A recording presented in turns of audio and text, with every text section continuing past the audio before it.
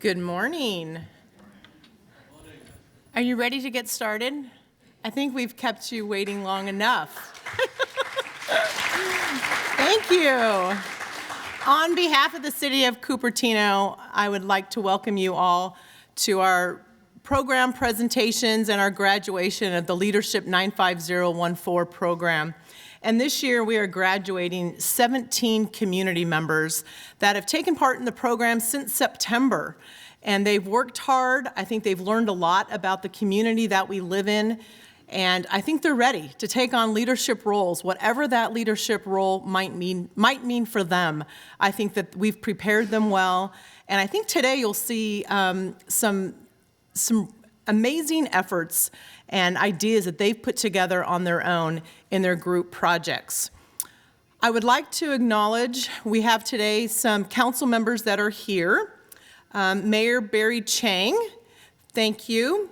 And we have council members Savita and Rod are here as well. And again, I would like to extend our thanks to you for your ongoing support of this program. We appreciate that. This is our 6th year of the Leadership 95014 program, and we couldn't do it without the support of the council. We also have City Manager David Brandt is here in our audience today. Thank you. Along with the Director of Recreation and Community Services, Carol Atwood. Thank you. And I do have a couple of commissioners in the audience as well. I know Jerry Liu is here. And I believe Peter from the Audit Committee, I believe, is here as well. Thank you. I appreciate your support. And to the other city staff, thank you. David Fung, how could I forget you? From our Parks and Rec Commission. He is here as well, and we greatly appreciate your support. So without further ado, I'd like to bring Min Lee up. Min Lee is with the Wilfred Jarvis Institute, and they are our partners in this program. And Min takes care of the leadership component of the program, and he does an amazing job. Thank you. Thank you, Christine. So, distinguished guests, welcome. Also to the members of the 2015-2016 class of Leadership 95014. You look fabulous today. Much better than when you used to show up for my classes, you know. I just want to take a couple of minutes just to review for you as well as for our guests what we've been through in the last 10 months in the program. You remember we all started with an assessment. It was called As Others See Us, and this assessment covered 6 different areas of interpersonal and personal leadership strengths: our obligations to other people, our reactions to stress, such as, you know, how you tend to behave when you have a room full of people yelling at you, for example, technical skills, communication habits, trustworthiness and reliability, and personal relationships. You might recall we spent 2 days together in a retreat, and this is where we look at how to motivate just about anyone to do just about anything. Remember that model, values, emotions, and motivations. We looked at energies, the positive and the negative energies within us. Some of you remember telling your 7-minute story of your life, how we take responsibilities for the themes of our lives, to distinguish between the sapiens and the pathians aspect of our minds. One thing that stood out for me was when we went over Aristotle's teaching, you know, the art of persuasion, you know, the ethos, pathos, and logos, how to have the most positive influence on other people. We distinguished 4 different possible relationships that we could have to other people. So we could be using hostility or neutrality or identification, but the recommended position was empathy. I hope you remember some of the study cases, the videos, the exercises that we had. We talked about how to lead up, so how to lead our bosses so we both can win. Everyone also attended the supervisory leadership module, where we looked at the components of performance, and that included energies and skills. We looked at how to assess someone's job efficiency for any particular task, how to vary the 4 different degrees of control, the different quadrants, right? Different levels of delegation that we could award to people that we supervise, and loads of case studies. Also assessment of your natural tendencies versus the recommendations.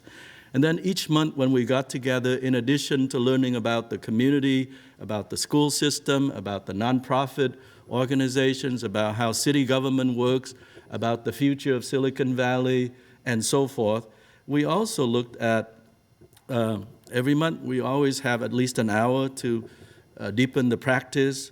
You know, we had a language called being in the red, which is when our energies are in the negative area, and how to practice moving from being in the red to go into the black, right? We did that.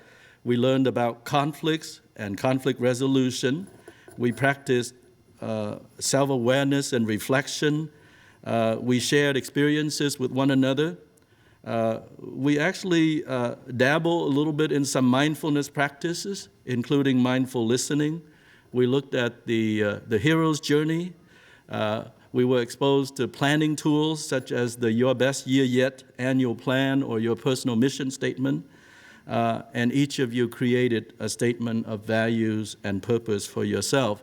And finally, this afternoon, when all of this is over, and we're going to sit down together and receive feedback from the rest of the group, I want you to know that all of you have completed the requirements of this program, and I'm proud to announce that today we will send you into the world as community leaders, and I know that each and every one of you is ready for the world. I just hope the world is ready for you. Thank you very much. Let's get on with the presentations of the class projects. And this year, the groups created and selected and did enormous amounts of work on very relevant and substantive topics. And so I'm looking forward to seeing and hearing about these projects of yours. Thank you very much.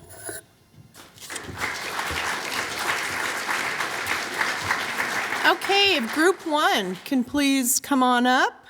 I'm excited about this first group presentation, especially as a recreation professional. This is an all-inclusive playground project, which is equal play for everyone.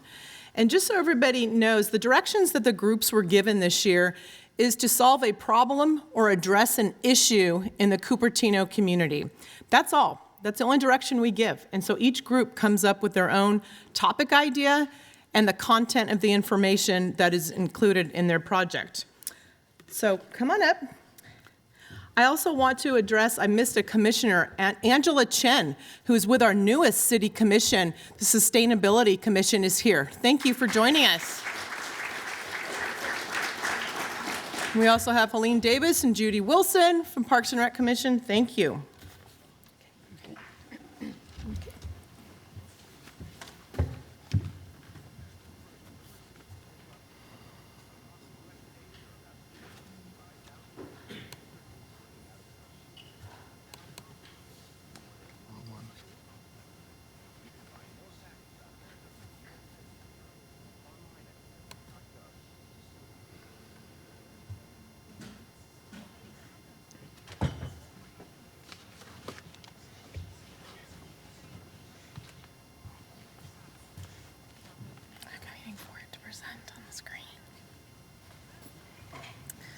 So the PowerPoint image is not presenting on the screen at this time, as previously practiced.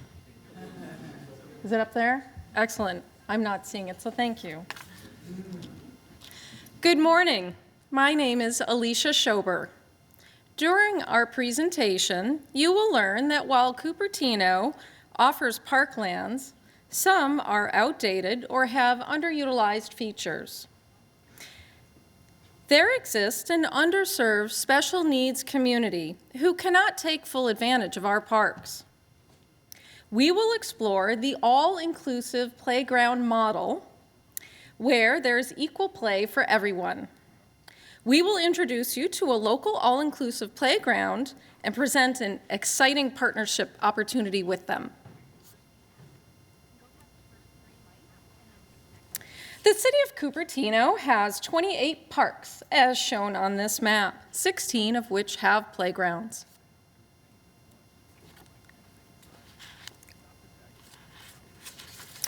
All Cupertino parks, except for Franco Park, have engineered wood fiber play surfaces.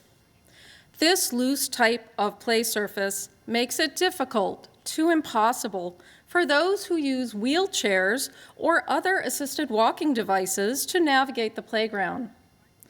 Only Franco Park has a rubberized play surface which allows people of differing mobility abilities access.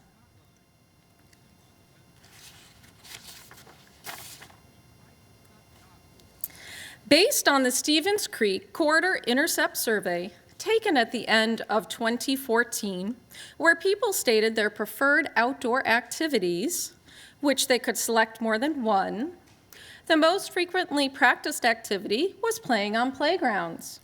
This data informs us that playgrounds are important to our citizens. Our 16 playgrounds meet ADA requirements. However, there's a population of those with physical, cognitive, and social emotional differences that cannot take full advantage of our parks. Some of our parks are underutilized and have outdated equipment or features. Take, for example, Memorial Park. That sits on 28 acres of prime land, of which 1.9 is an empty pond bed. When those ponds are full, they consume over 2.6 million gallons of water per year. Additional expenses with those ponds are running the pumps, having an algae control program, and geese abatement. Having a water feature is impractical with our drought. When the geese are in the park, people don't want to sit down because the area is dirty from the birds, and this limits the enjoyment of the park. We imagine Cupertino would like to make better use of their space, especially prime land like Memorial Park.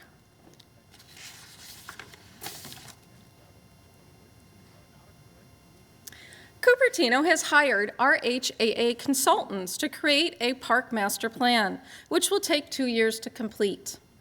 It is early in the process.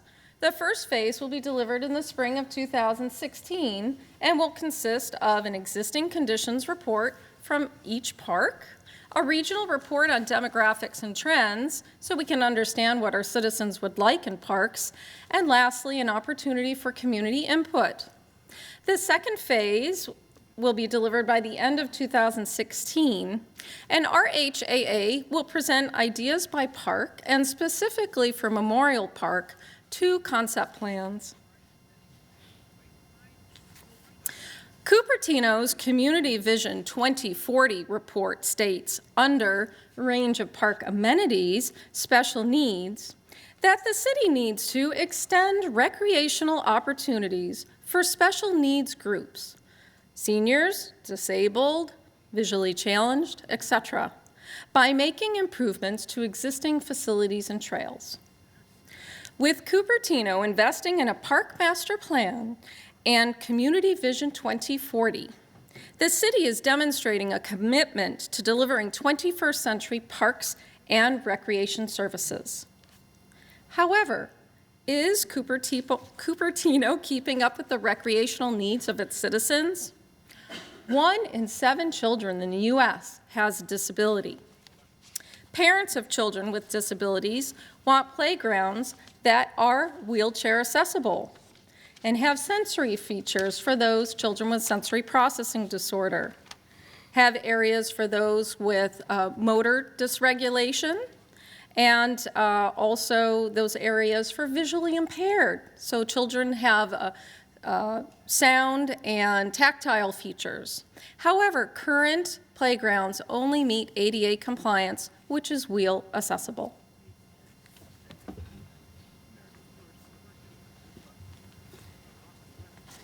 So my colleague Alicia has pointed out some great current as well as potential needs in the park system.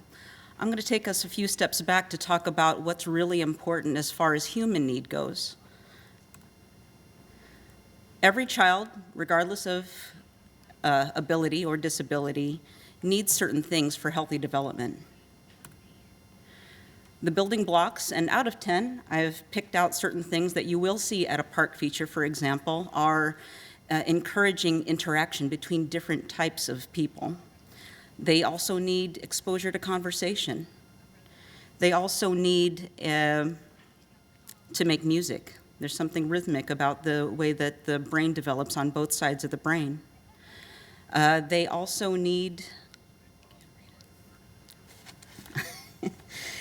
middle age, making reading a priority. So there's signs all around the park where adults and children alike can really interact. But one of the most important parts of this development is really promoting play and making sure that the kids not only have play in their lives for physical activity, but to expand their minds, their imaginations. Let me demonstrate. How many of us have taken something like this and turned it into ba ba ba ba ba ba ba ba, or ba ba ba ba ba ba ba ba? So your laughter and your agreement have shown me that two other needs for children in this world are definitely needed, which was the sense of belonging, thanks for being part of my people here, and the need for validation. So this is regardless of any ability. There's a general need that we are seeing today beyond the typical development. Who are these children with disabilities that we're talking about? There was a survey that was done not too long ago out of 1,000 children where we see different types of abilities being seen. This is not an all-inclusive list, but this is something that the governments are seeing. They talk about physical needs, which is something a little more obvious. They talk about sensory disabilities. And what I mean by that is basically the brain and the body are not agreeing, and one of those 5 senses are not connecting very well between the brain's message and the body's message. There are multiple disabilities, any combination of any of the ones that you see here, as well as chronic health impairment, social emotional disturbance, communication, and cognitive disorders. Internationally, 1 billion people are seen as having a disability, 15% of which is very obvious and very serious. 15 to 16% of those with disabilities are diagnosed with some kind of sensory disability. 1 in 700 children have Down syndrome. 1 in 300 have cerebral palsy. 1 in 45 will be diagnosed with autism spectrum disorder. A note about autism spectrum disorder, that is something that is cropping up a lot these days. Over a 2-year span, national studies have said that we've more than doubled in this country with autism spectrum disorder. In California alone, it's grown 6-fold from 2002. Regardless of ability, we are still seeing parents who really find, 74% of them, the really big need to interact, have children interact with each other, regardless of ability. What does that mean for us in the local spectrum? Well, the underserved community that Alicia was alluding to, we are seeing very much so in Santa Clara County. In 2014, the California Department of Education surveyed nearly 30,000 students from ages 3 to 22, and this is what we're seeing. It pretty much matches that national survey that we've said. I'd like to point out that multiple disabilities runs at 20%, communication at 24%, and cognitive at an astounding 47%. According to our district sources here locally in Cupertino, 6.3% of CUSD students receive special education services, and they serve 19,000 students from ages 5 to 14. There are about 3,173 students under the age of 5 in the Cupertino population with unknown conditions. Pretty big. So there is a big difference between something that's minimally accessible, according to ADA compliance, something that's completely accessible, and something that we're talking about that is truly inclusive with people of all types of abilities. And I will hand it over to David to talk about some of that with you.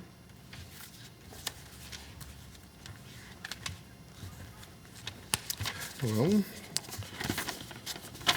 so how do we address this need? We propose that the city provides an all-inclusive playground. All-inclusive playgrounds are based on the idea that everyone deserves an opportunity to join in and play, regardless of ability. As Maddie spoke about just right now, that playing is a very important function or part of developing as a child. And it allows, an all-inclusive playground would allow everyone those opportunities to benefit of play physically, sensory, and socially. It also provides an opportunity to make new friends and learn compassion and empathy for those who may be different than each other.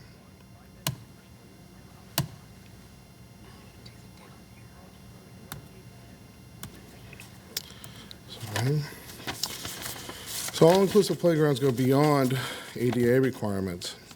The Americans with Disabilities Act requires that playgrounds and components of the playground be wheelchair accessible. They're talking about just the ability for someone in a wheelchair to get to the park and to play on some portions of the park. Where all-inclusive goes beyond ADA compliance by incorporating play activities that are laid out in a way that allow children in a chair and with other disabilities to engage with each other, with other children while they play. And they take other disabilities into consideration also. So who benefits? The family with a child with a disability, the typical developing child, a child on the autism spectrum, a parent or grandparent with a disability who wants to take a child to the playground, an adult with a cognitive ability. Everyone will benefit. We could all become someone who joins this population with a disability. So we could all benefit. So now we would like to, pending technical abilities, share a video with you to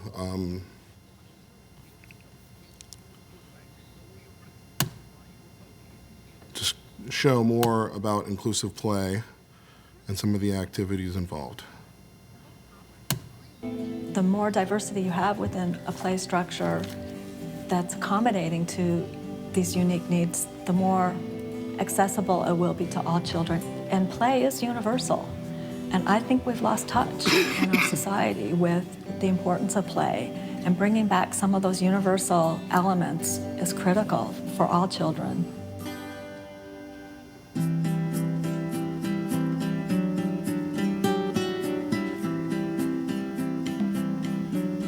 It's important for children with sensory disorders, whether it's autism, Down syndrome, sensory integration disorder, or sensory integration dysfunction, that those children can find spaces that they can explore within the playground, so sand, different types of swings, different types of spinners, different types of climbers, that allow them to use and have sensory experiences that they can control and grow in as they continue to develop.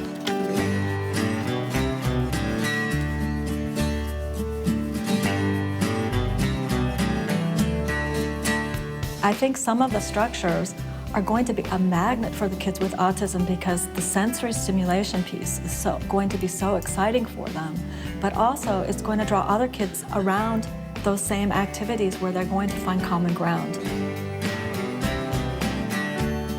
When you think of young children, they're still discovering their world, so they need to have the opportunity to often experience different types of textures, movement through space, And so it's really important in a playground space that you have a variety of textures, a variety of movements, sounds, experiences that allow children to explore all of their senses. Kids with autism need to be in a quiet place where they can hide and feel protected. Kids who have cerebral palsy, sometimes they have no upper body movement, so the roller slide is perfect for them. Any skill that can be utilized on the playground is always great because they don't know that they're learning new tools that will help them later in life. When I think inclusion, I think strengths, not weaknesses, ability, not disability, just children all playing together, having fun, and that's really what childhood's all about. It excites me to know that there's attention going to be placed on kids who I think have really not had the opportunity or access to playgrounds in the same way that other kids have, including other kids with disabilities.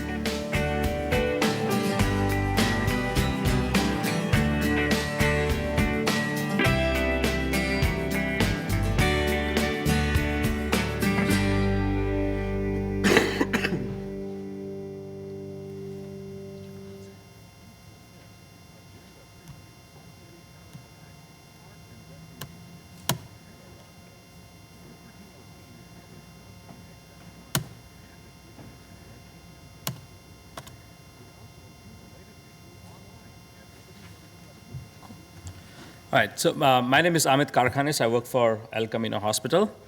Look at this, okay. So we didn't want to reinvent the wheel, so we began researching are there any all-inclusive parks currently in place, and we found 3 in our backyard. One is the Magical Bridge out in Palo Alto. The other one is Tatum's Garden out of Salinas, California, and then Play Garden in San Jose. We, as a team, did have an opportunity to visit 2 of these parks. We did visit the Magical Bridge in Palo Alto and also the Play Garden in San Jose. So we did a comparative cost review of these 3 different all-inclusive parks. So looking at Tatum's Garden, it's spread over half an acre, and they spent about $1 million to build this park. The unique thing about this park is it's 100% volunteer built, and also 94% of the material they used is recycled plastic. The Play Garden out of San Jose is about 2 acres big. It cost them $6 million to build it. They spend about $75,000 annually for maintenance. And they developed this park with partnership with the Rotary. Magical Bridge out of Palo Alto is an acre big. It cost them about $4 million to build it. The city of Palo Alto provided them land, and they are also responsible for the ongoing maintenance of that park. So what's the ROI? So when we interviewed these parks, we found out with Play Garden in San Jose, about 100,000 people visited this park in the first 6 months, and now they see about 1,000 people on the weekends. Magical Bridge sees about 1,000 people daily, and they see many more on the weekends. So a lot of people visiting these parks. So how are we going to pay for the ongoing maintenance of these parks? One way to do it is the rental income that comes from renting out the facilities like birthday parties and so on. Also, you can't miss all the development that's going around in the city of Cupertino, and there's more to come. So we anticipate all the people who will be coming to these parks will also be shopping around, eating around in our restaurants, and so it would result in some increased sales revenue for the city of Cupertino. We also kind of went through a few research papers, and these were some of the things that kind of stood out. Research shows that well-attended parks increase property values, also increase a sense of community ownership for the Cupertino residents. There's a reduction in crime, as well as also it promotes tourism for the city.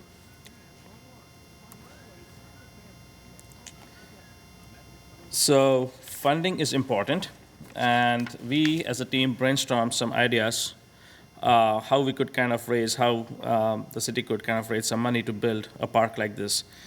So one way to do it is donation from a local service club like a Rotary or Kiwanis, local fundraising efforts like a 5K run, golf tournament, crowdfunding, community builds like Tatum's Garden, which was 100% volunteer built, phasing the project out, installing structures over time as kind of the budget permits, and then also receiving grants from foundations.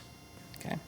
So talking about grants from foundations, so as we were working on this project, we actually came across a very interesting opportunity with Magical Bridge, and they are looking at partnering with the city of Cupertino to build a magical bridge in our city. How many of you have been to Magical Bridge in Palo Alto? Okay, only a few of you. Okay, good. We have a video to show you what Magical Bridge looks like, and it's pretty cool.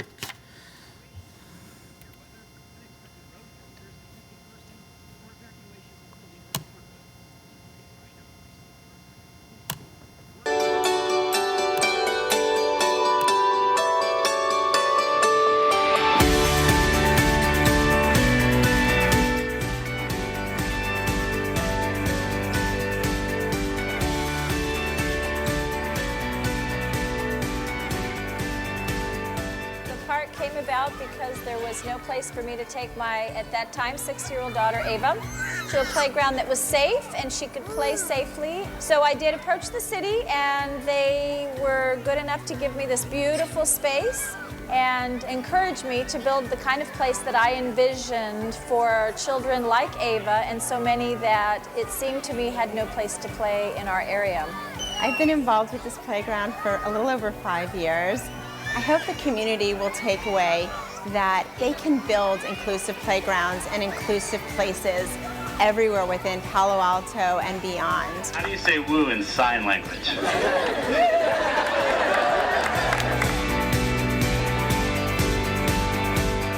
The turnout is unbelievable. It's better than we could have ever have imagined. It's amazing to see the people that drove far away to get here. It's bittersweet to think that people have to drive that distance to come to a public park, but that's the kind of message that we heard today loud and clear, that there are just no parks for these kids.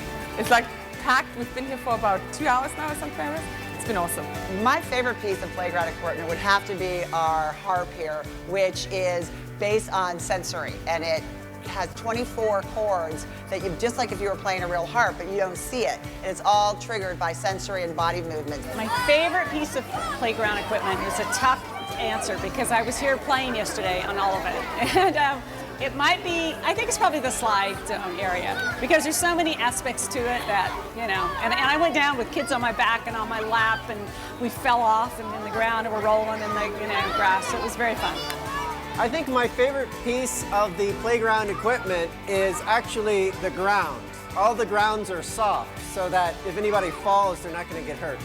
Well, I enjoyed them all. I had a big say in how it all went together, so I know exactly how it all is dimensioned out. It all fits very tightly. Bella, what do you like most? The cake store in the playhouse. Alexandra, do you like this playground? What's so good about the playground?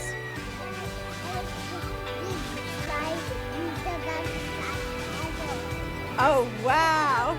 We built the Kindness Corner as a visual reminder to our community that we want our children and our citizens to be kind and compassionate to maybe people and friends that might be a little bit different. And we built this corner in hopes that teachers will bring classes out here to talk about how to be a kind and good friend. We live in the epicenter of the world of innovation, and it's about time that somebody innovated accessibility. I can't believe it's taken this long, and I just cannot give them enough credit. We wish that you will make beautiful music on the laser harp, spin a new friend around on the inclusive carousel, swing high and touch the sky in our bucket and disc swing. And please know that this space has been designed for each and every one of you. I know from my 47 years on this planet that all of us just want to know we belong. All of us want to know we matter and that we're valued for who we are, and that we're good enough, and that we're loved, and that we can make our way in this world, supported and believed in. I'm thrilled, and we're so happy. We turned over the ownership of the playground to the city, and now it's their turn to start thinking more inclusively, and we expect that they will.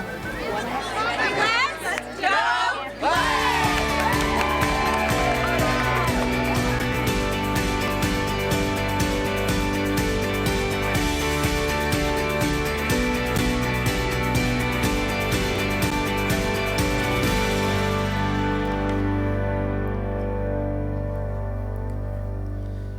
So we showed you the video, but we strongly encourage you to visit this park when you get a chance. It's out in Palo Alto.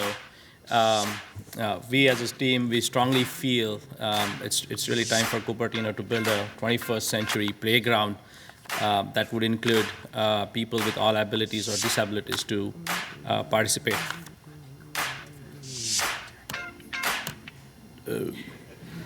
All right, there's some music there.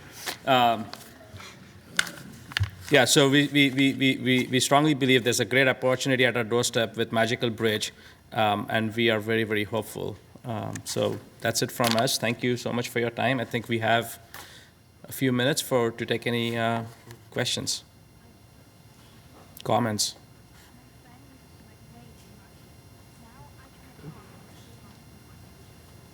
No questions, comments? No questions? Sure. Location of the Where's the location of the Magic Bridge in Palo Alto? It's in Mitchell Park, which is Middlefield Road, just off of San Antonio.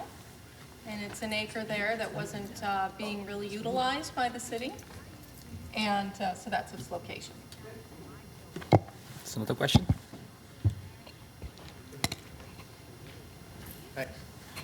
If I were to go to the park in San Jose or the park in Palo Alto on a normal weekend, not the opening, what sort of attendance would I see? You had some figures on the slide.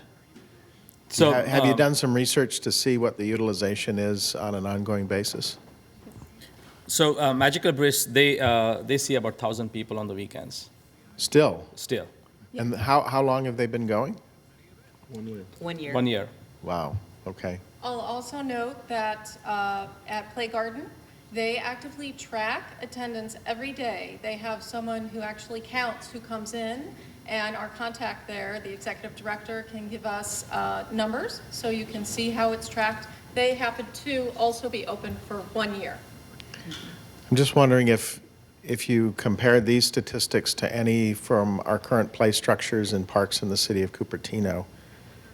I mean, the videos here are very compelling. But my question really goes to utilization. It may be that a play structure like this that accommodates everybody would get a lot more use than any of the current structures in the city, and I'm just wondering if you have any stats on that. We don't have any stats, but I have some personal experience. I have a young child that's 3. I'm a Cupertino resident. When we go to the Cupertino parks, we're the only ones there.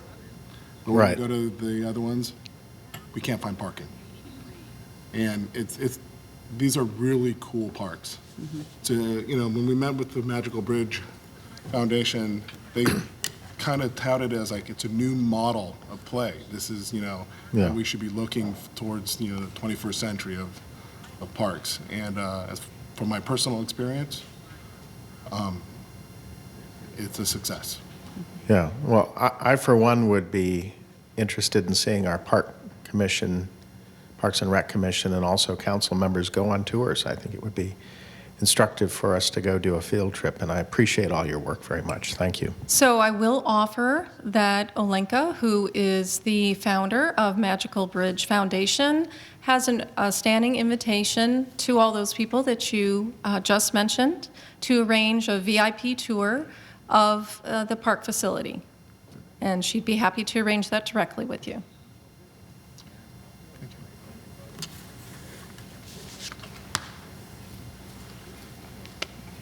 Okay. Have you given any thought to where a park like this might be located here in Cupertino?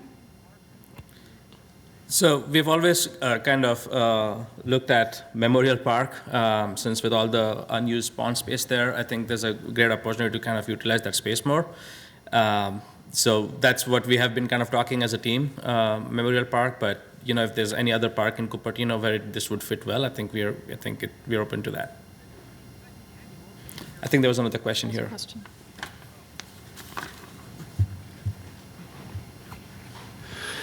Thank you for all the presentation. My question is probably concentrated to the kids and the younger generations, but there are a lot of seniors in this town as well.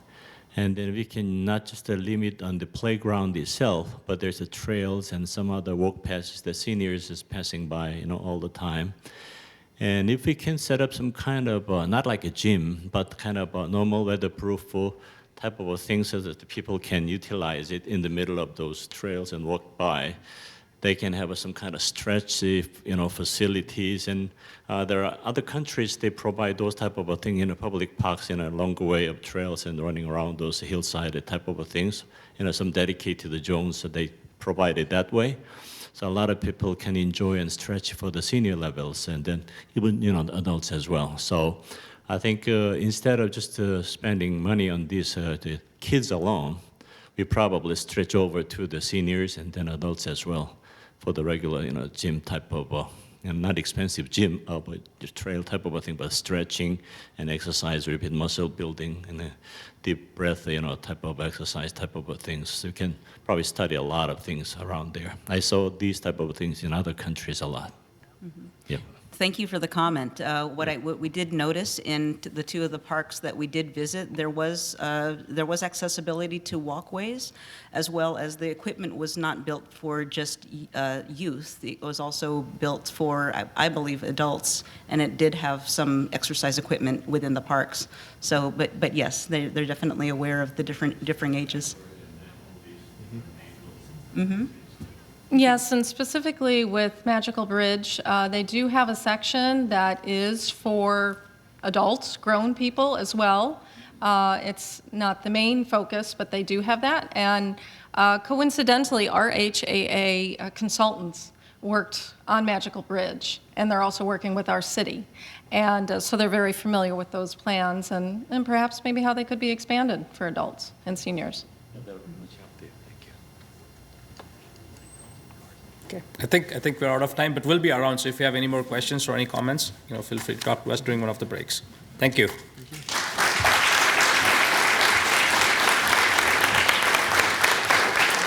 Great.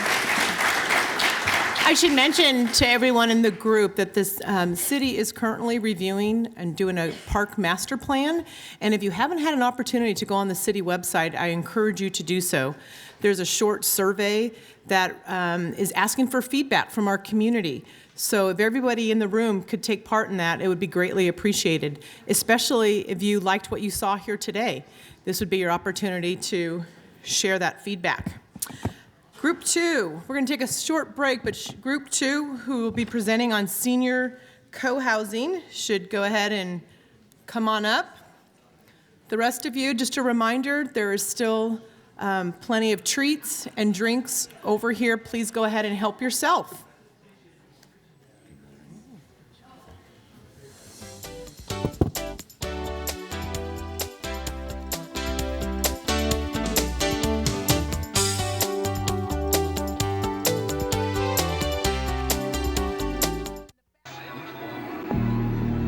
The inherent right to work is one of the elemental privileges of a free people. Endowed, as our nation is, with abundant physical resources, and inspired as it should be,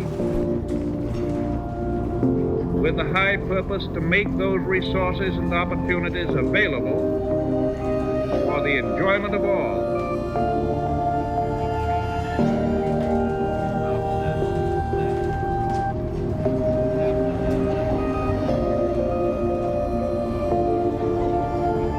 We approach this problem of re-employment with the real hope of finding a better answer than we have now.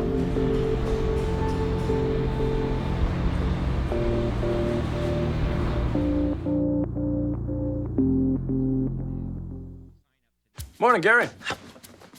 We are GetSchooled.com. You want a college education, don't you? You know you do. Yeah, but I don't know where to start. That's why we're here. We're free, handsome. I think we're breathtaking. And here to guide you through every step of the way, starting with attendance. Gary, financial aid forms. Biology homework, G. I got this. Is that Bran?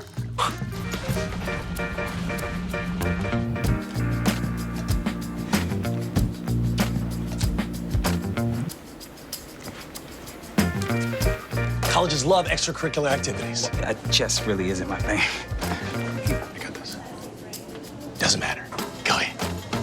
Picking a college, man. You and us go together like tacos and Tuesday. And I love tacos. Fire and ice. Those don't really go together. Go to GetSchooled.com for more info. Why is Connor having trouble focusing in school? Having trouble finding Connor's middle school? Would you like directions? No, why is Connor having trouble focusing in school? Finding lowest airfare to Istanbul. No, I'm tired of fighting with him over homework. Home walk restaurant. Need a review? No, I need help. He's very smart, but his mind wanders. He's disorganized. I think I understand. Oh, good. French fries. Finding best potatoes. No! Russet. Fingerling. Congo. Why don't you understand me? Sorry, I was trying to show how Connor feels every day. Frustrating, isn't it? Redirecting to understood.org. For the 1 in 5 kids with learning and attention issues, this is what life can feel like. Explore understood.org, a free online resource about learning and attention issues, designed to help your child thrive in school and in life. Understood.org, because understanding is everything.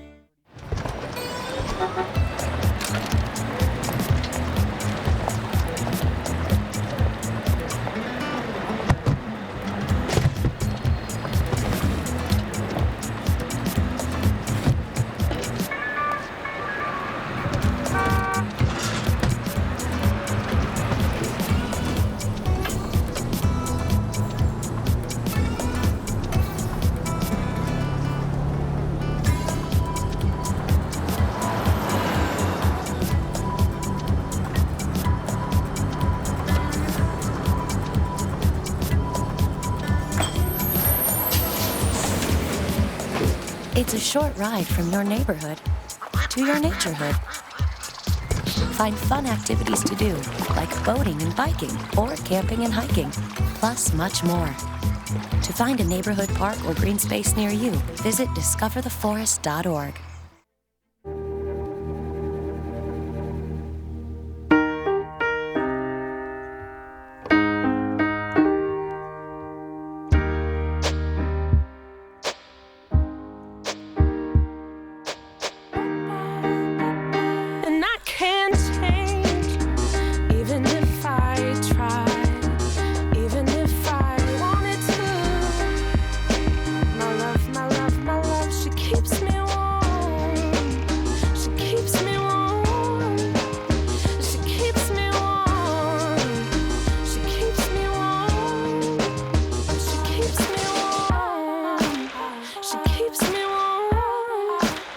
We are neighbors and best friends. I love my sister. My heart doesn't see race. Love is love. Our family is no less than any other family.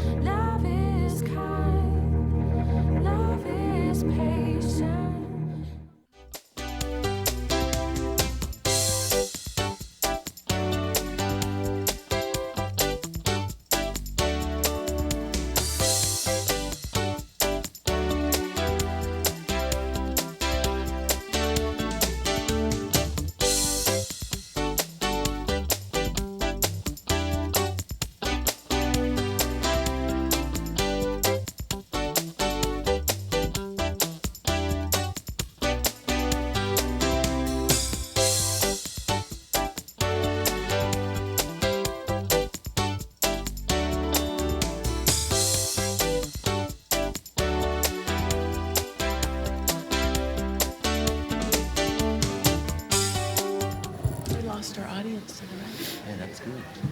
Yeah, that's okay. We'll just look to the left.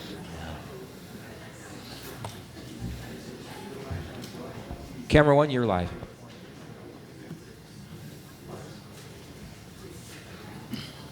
Good morning, everyone. If I could ask you to please have a seat.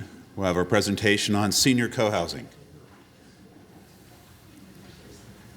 I'm watching you here at table 1. Good morning. Good morning, everyone. I'd like to welcome you to a senior co-housing presentation.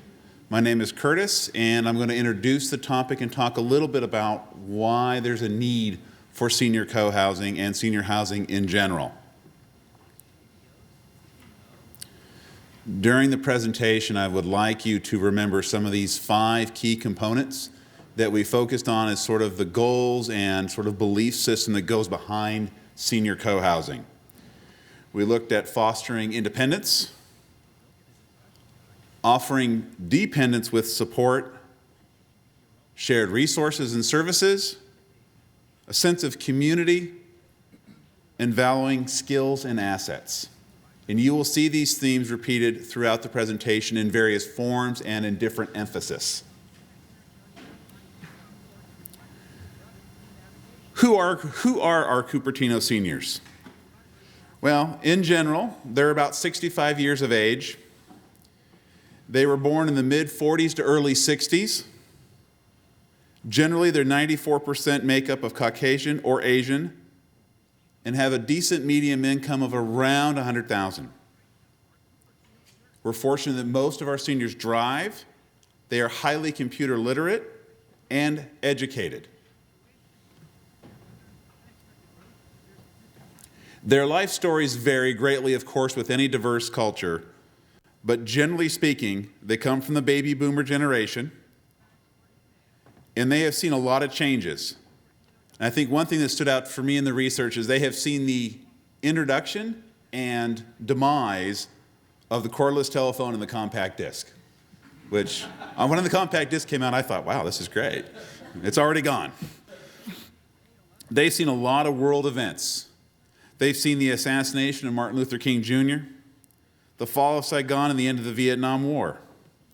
They've seen the travesty of the arrival of HIV. They've seen world borders shrinking with the fall of the Berlin Wall, and they've seen 9/11. They've seen the U.S. and Cuba resume diplomatic relations. They've seen water being discovered on Mars. Their children are multi-generational, generally Generation X and Millennials, and their grandkids are late Millennials and Gen Zs. So you can see there's a lot of variety of generations that could easily be present in a residential setting. So let's dig into the data. Roughly 12.5% of the Cupertino population is senior and is expected to grow by 2020. In 2020, we're looking at having about 10,000 seniors in Cupertino. With Cupertino already having a higher than median range age in Santa Clara County, about 10% higher than most other communities, you can see, and with increased life expectancy, you can see that our senior population is here to stay and is likely to grow as time passes. Hold on to your housing. This is where it gets a little tricky. Housing costs have tripled since 1998. Density is expected to increase by 2019.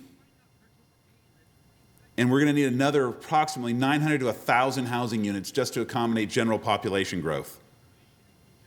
Just to give you a sense of perspective, if you're familiar with Cupertino, you know that the Chateau Cupertino, the Sunnyview Retirement Community, and the Forum make up around 680 housing units. Those don't even accommodate for the expected population growth. So we would have to build all of those and some to still keep up with the pace. This was our team cheer through our process. I was dared to do this cheer. Yeah, okay, all right. That's as far as I wanted to go. Did I get, okay, double dare? All right. So how do we create housing that meets our seniors' needs? We need something special. More than just a condo complex, more than just an apartment complex. We need something that fosters those 5 goals that we talked about in the beginning of the presentation. We need something that has amenities, something that builds community, fosters independence and dependence upon each other. And in part of the rest of this presentation, we're going to look at some of the physicalities and some of the social, emotional, and spiritual aspects that go into a project like that. To kick us off with some of the more physicalities of the what co-housing would look like, I would like to turn it over to Mosey. Thank you, Curtis. Good morning, everybody. My name is Mosey Hill. I work for Recology, and we're approaching the subject here of senior co-housing. And co-housing is not a new concept. So the big picture, what is the big picture? The big picture is this, is that co-housing has definitely been around for a while. It is nothing new. And with the stats that Curtis just shared with us, right, the fact that we are living longer means that there is a trend now or an emphasis being played or leaned toward senior co-housing. So senior co-housing allows, it's transforming the way that we live and age, but it also allows our senior population to be treated with respect and honored for their contributions. We visited the senior co-housing unit in Mountain View, the building pictured there on the right. And when we visited that location, we found it to be very, very interesting. There were several things that transpired during our visit that we'll share along with the rest of the group in this presentation. But one thing stood clear. One thing was very dominant. One thing was prominent throughout that, and it was all about the amenities. The amenities. And the definition of amenities says that it is the attractiveness and the value of a residential structure that is conducive to comfort and convenience. We feel that comfort is a necessity and plays a vital role, plays a vital part in fostering the independence that Curtis was talking about earlier. And with the various floor plans and square footage that are available in these units, they can be tailored made to a personal level of satisfaction. So we talked about community as well. In community building and the co-housing, there's a philosophy, there's a theory. Then that theory is that the managing communities, the self-governing boards that are there within those structures provide opportunities to volunteer, possibilities to participate and to become engaged. And Amon and Leslie will kind of touch on that a little bit later, but it also empowers the residents there. It gives them a sense of being, and then that again also fosters the independence, and it also fosters the community. So the other facet of the comfort is the convenience. And we're talking about the convenience that makes life easier and more enjoyable in the way of dining. Cupertino, with its diversity in cuisine as far as Asian and Indian and Italian dining, as well as Alexander Steakhouse, and now we have the Lazy Dog coming up. So there needs to be that convenience to get to those locations. Also for shopping, we're talking about Valco and Cupertino Village, and we know that Main Street is definitely on the way, so we need the convenience for those as well. And more importantly, entertainment. Entertainment helps foster the independence. You need to feel like you belong. And in the area of entertainment, we feel like the seniors have the opportunity to get to the Flint Center to enjoy a play, to hear the symphony.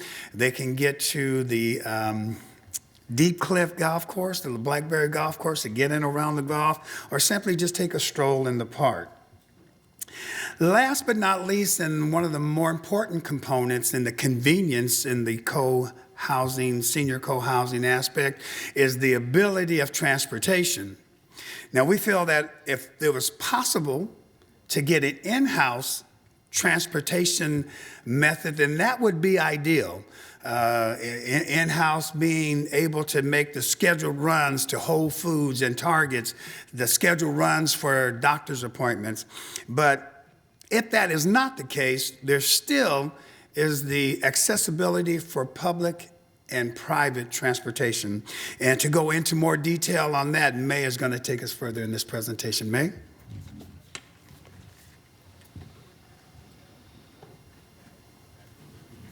Thank you, Mosey. I'm May Sue with City of Cupertino, and I'm going to talk about sort of location. Many of us are part of Cupertino because we love Cupertino. It's a place where many people were born, raised, grew up, raised their families, or moved here for their careers. And it's a place where we're also aging. And as we age, we look at where we want to live, and Cupertino is where we want to stay. And so it's really important for us that in terms of location, we look at not only transportation publicly, we look at parking, places we can go. We also have to think about whether we're central to traveling to other areas. So we're near freeways, we're near airports. There's a lot in relationship to location that makes Cupertino ideal, and especially for senior co-housing. It's important when we're building a senior co-housing community to have access to community services. This includes the parks, the nonprofits where active Cupertino residents are volunteering or where they're taking part in the services. It's vital to keep the seniors in the community as part of the services, the nonprofits, the boards, because we don't want to lose our population that helped build the city into what it's become. Entertainment should be accessible. We need to be able to have access to movies, concerts, and speakers, renowned speakers, and those kinds of entertainment. It starts with our independence, and we want to be independent. We want to be able to build our senior co-housing community from the ground up. That it means we want room to grow. We want to build our units to be ADA compliant. Open living rooms where it's an open floor plan. You can get from room to room. You can entertain in the privacy of your home. Kitchens with cabinets and sinks and refrigerators that are appropriate for us as we get older, as well as bathrooms that are flexible to grow with us. It would be very nice to have multiple bedrooms so that we can have family visiting us and have a place to stay, as well as possibly caretakers in the future. What we have found when we visited the other senior co-housing community in Mountain View was that committees develop organically, and it's based on common interests as well as needs of the community. In the case of the Mountain View co-housing community, they have a common woodshop where the members decided they wanted to have a place where they can build and use and further their hobbies. So they brought the best of all of their tools and created a woodshop. In terms of community garden, they wanted to build a garden that had organic food and as well as beauty, and do landscaping that would help make the place a nicer place. Part of being in a co-housing community is focused on the community aspect, and to foster the community, there are common areas. There's a common lounge, a common kitchen where you have common meals when you want to be part of it. It's not required. There's a media room where you can go and watch videos or movies with your friends who live with you. There's crafts rooms where you can do crafts together. There's exercise rooms where you have common equipment and you can bring in an instructor to do classes.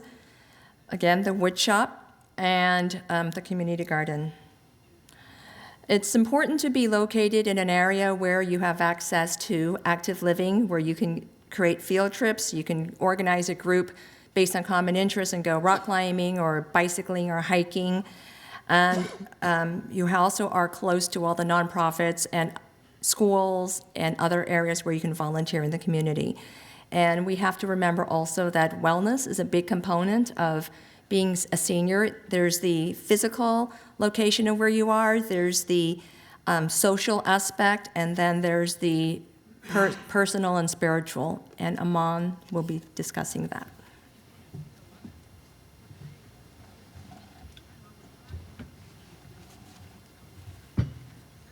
Thank you, May. My name's Aman, and I'm going to talk about being part of something bigger. As our seniors age, there's a clear understanding that loneliness and depression has a chance to settle in. And I think being part of something bigger can really prevent that piece there. We do have a diverse population throughout the county. We have multicultural, diverse population with different skills and interests. And what that can really help with is that it creates a synergy to really growing as a group. And many times when we think of growing as a group, we also think of all the positives, but also the different growing pains that seniors can go through. And being able to share that with with each other, it can really foster an open environment. There's a lot of trust and openness that's really important to growing older and really having a group of people that you can talk to. So May did speak about the organically developed committees, and it's really interesting because we have the diverse population leads to different skills and interests, but also from all around the world. So we have items that are here local to Americans. We have different aspects of world, different skills in different populations throughout the world, and being able to piece that all together, it's really awesome. So the community in Mountain View, they had the opportunity to really design their own building from scratch. And so what that's really done, it's giving them an opportunity to really step back and take a look take a look at what's really important, whether it's the restrooms, the living spaces, the community spaces. They've done a great job in really designing the whole piece, making it so it's functional, it's warm and inviting. And it's a place where people can congregate, seniors can get together and really sort of collaborate on whatever it is that they're working on. So this is an image of the raised bed gardening where they are growing for the group, the needs of the group. There's different nutritional needs here, and the raised bed gardening is wonderful because it's really easy on the back, makes it easier for everyone to get involved and really contribute. This is an image of from the common patio here, and they do have a landscape beautification sort of a committee that takes care of the landscape piece. And we can see here how there's pathways for walking, and this pathway actually goes all around the entire complex. And so walking is really important to seniors, and so they've done a great job in that piece as well, having the opportunity to really build from the scratch. They've thought about several aspects of aging. So let's take a look at further, kind of diving a little bit further into the Mountain View committee, the community. So there's stats in 2013, there was CDC stats regarding a California report card on healthy aging. And what we found is that we're doing good in certain areas, but there's areas where we really need to improve. And those areas are vaccination rates, male and female preventive services, and high blood pressure medication usage. And looking over the American Heart Association, it's fairly clear. There's been a lot of research that's been done with meditation, different types of meditation, and the American Heart Association, they actually recommend different forms of meditation systems to really help combat high blood pressure, stress. In our visit to the Mountain View community, they really don't have a wellness committee or a champion that's really taken on that role, like some of the other committees that sort of formed organically. And what we think is that's probably because it seems like there's a generation gap with the baby boomers. It feels like they're not quite there. And what it might be is that I really feel like it's up to the Generation X, which is a lot of the folks in this room, to really set these new sort of programs, and really to take a look at really creating new programs for our elderly, because what this is going to do is it's really going to take care of our family members, and the time's really ticking for us as well. So whatever we set in motion today, it's really going to help us out as we get to that point in time.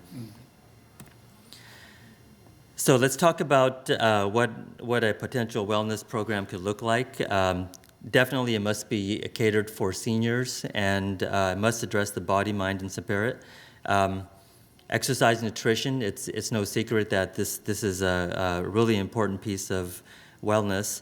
And what we feel here is that there's definitely for governments, there's opportunities to educate the population. There's public health information. But what we really want to do is I think there's opportunity to really take it to the next level and really dive in even deeper into that.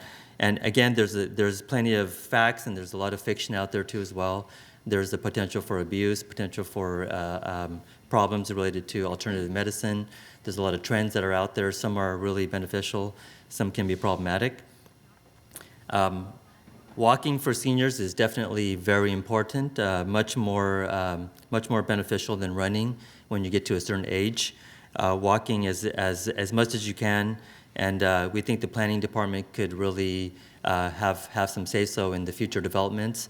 Really, they can make some walkable pathways. Really, there's also the possibility for group exercise, which encourages socialization. And touching upon yoga and corrective breath work. So this is a piece that's kind of more new and up and coming. There's a lot of yoga out there, and we do understand that yoga must be catered for seniors. They have special needs in relation to posture, to muscle development, back muscles, and also at the same time there's an opportunity to really correct the breathing, and it really treats the system holistically, and there's a lot of potential for a benefit there. There is some information that we did take a look at, and some of the stats with, it appears that seniors are really open to attending a lot of information, but a lot of them are really unaware, or they lack transportation to really get to different locations. And so Leslie's going to speak more about volunteering, not quite yet, but in a bit. So she's going to talk more about volunteering, about having the potential for volunteers to really kind of go to the senior community locations, whether it's co-housing or just general senior housing, to really foster that type of program.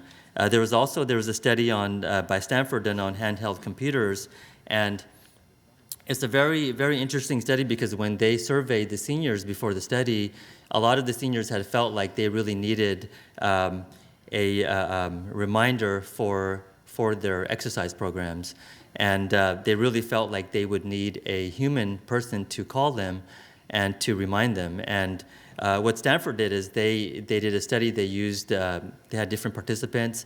Some received a human phone call. Some received a computerized voice message. And what they found is that the computerized message really helped as long as the seniors were aware of the voice and the source of the call. So this is really interesting because using technology as a reminder to really boost and sustain mobility, it's really important. As you get older, if you're not exercising a lot, you tend to kind of really keep those habits as you go forward. And so if we can really change that, if we can keep seniors mobile, it really extends their life. So let's go into the mind. So we spoke about nutrition and exercise. Let's talk about the mind. So this is kind of a fairly wide encompassing topic. So let's talk about the same CDC study, the mental distress. California ranks in the lower percentile in terms of mental distress for seniors.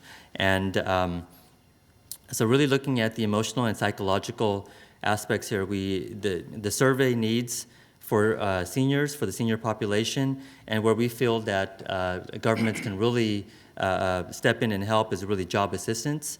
There's programs from the states and from the federal government, but really we'd like to see more of that. We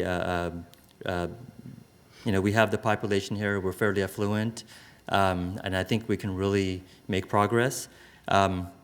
Consumer fraud education and legal assistance. It's unfortunate, but there's folks out there that do target seniors for a variety of reasons, and I think really educating seniors really can really help prevent a lot of that, which in turn will decrease the amount of legal assistance that they'll need. Other survey needs is definitely more around computer and internet usage. A big concern among seniors is still health insurance and something called long-term care. I don't know if we're really doing a good job at that now, and I think there's room for improvement. So speaking about spiritual support, I won't go too much into that, but definitely having the diverse population, there's sort of philosophies and different understandings from different parts of the world, and I think really having an environment where you can really speak to folks your age and talking about the different problems and issues that we faced in our life, it can really help in accepting and letting go of the past, which really helps in creating shifts for the health. So let's talk about really the cutting edge stuff. So we're really part of the Silicon Valley here, and so there's no reason why we can't have programs that are really on the cutting edge as well. And we do have colleges. We have Stanford, Berkeley, and other colleges around the locations here. And so neuroscience, really, we do have a lot of information on structural brain function, but neuroscience is really taking a look at the functional brain. And what we found is that there's targeted exercises that can improve cognition and basically help with learning and retaining what has been learned. The CDC finds that's it's important, so there's initiatives underway. Neuroplasticity, there's information on different types of programs that can really help to entrain the brain and help to create sort of new neural pathways using different, being exposed to new types of, whether it's technology, new sort of parks, walking pathways, going to different locations. It really helps to create shifts inside the brain. And there's also something called epigenetics, which is really pretty awesome. So what this really means is that so we all have DNA that we've inherited from our parents. And so what epigenetics at a fundamental level really shows that our DNA expresses different, it can change and express based upon our environment, our exercise, and our nutrition, and our overall consciousness. Okay, so thank you very much, and I'm going to turn it over to Leslie for volunteering.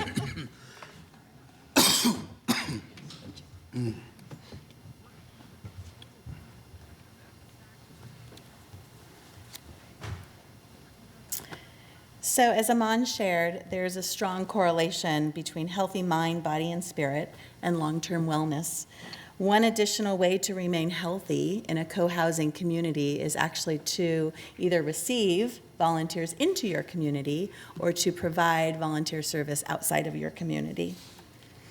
Volunteering is a vital way to enhance any given community, a neighborhood, and the city at large.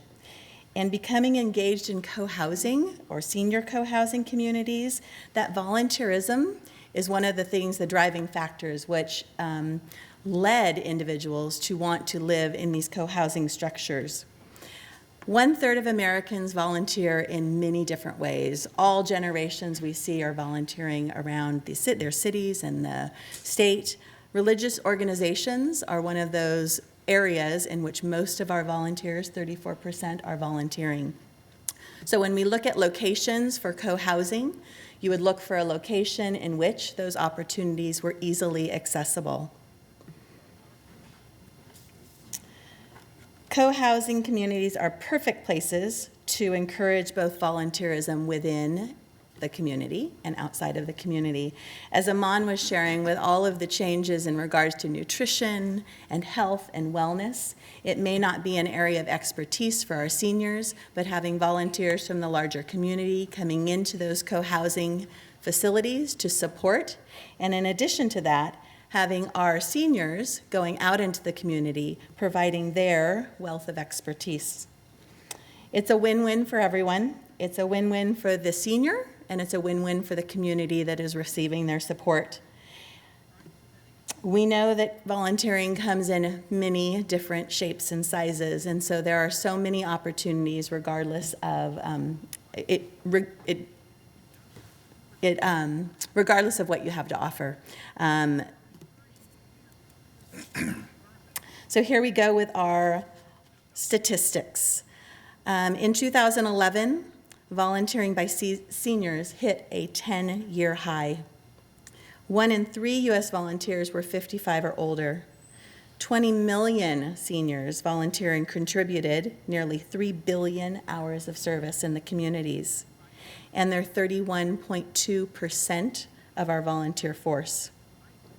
When we look at the hours of volunteering, it's amazing to think that between 65 and 74, they volunteer 81 hours a year, and 75 or older, 100 hours or more. So we have a lot to gain from keeping our seniors in our communities, supporting their engagement with one another, and also encouraging their outreach to the larger community. Some of the things that happen when our seniors are going out into our communities, or our community is coming in to support seniors, is we're bridging the generation gap. It helps individuals change their perspectives about those that are older or younger. It certainly enhances mental health. It helps prevent seniors from feeling depressed or isolated. It helps their physical activity, and it lowers their mortality rate. Live longer, volunteer. So those who volunteered at least 40 hours each year to a single cause were what percent more likely than non-volunteers to be alive at the end of the study? Any guess? 40%. So it pays off for both the volunteer and certainly the community.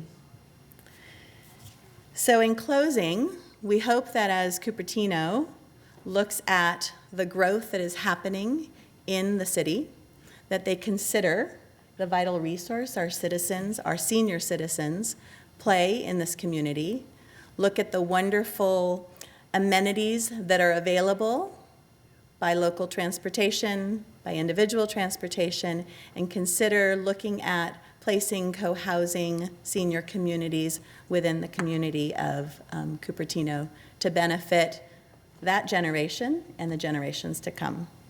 And so with that, if you have any questions or comments, we would be willing to respond.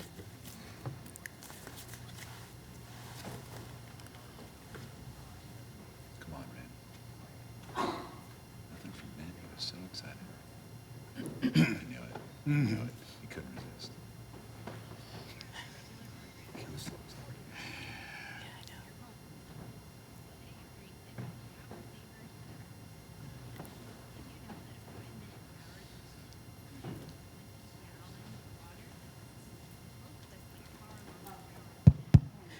Could you tell us a little bit more about the Mountain View community? How big is it? How many units? How many seniors are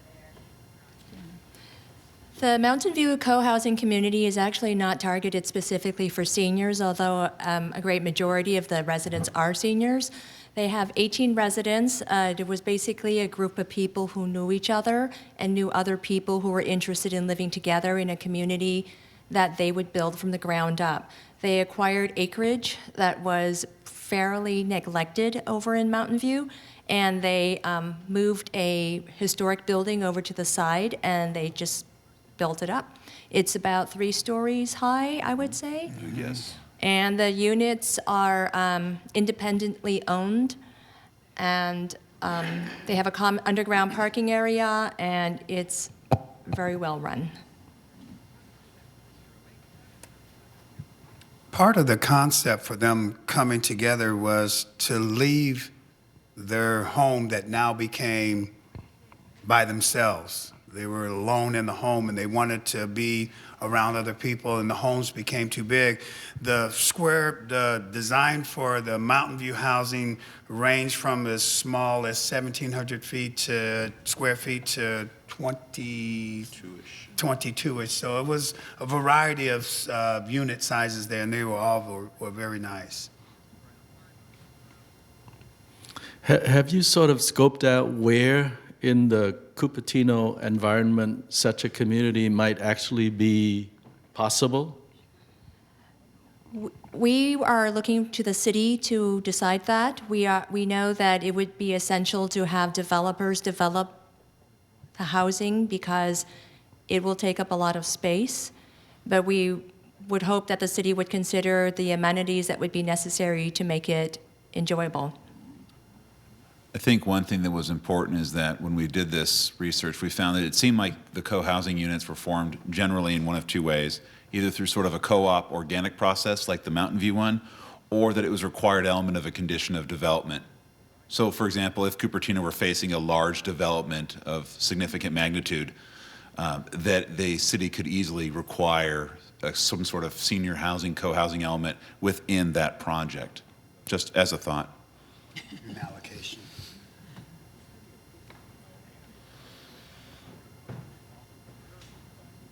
Okay. That's it. Good.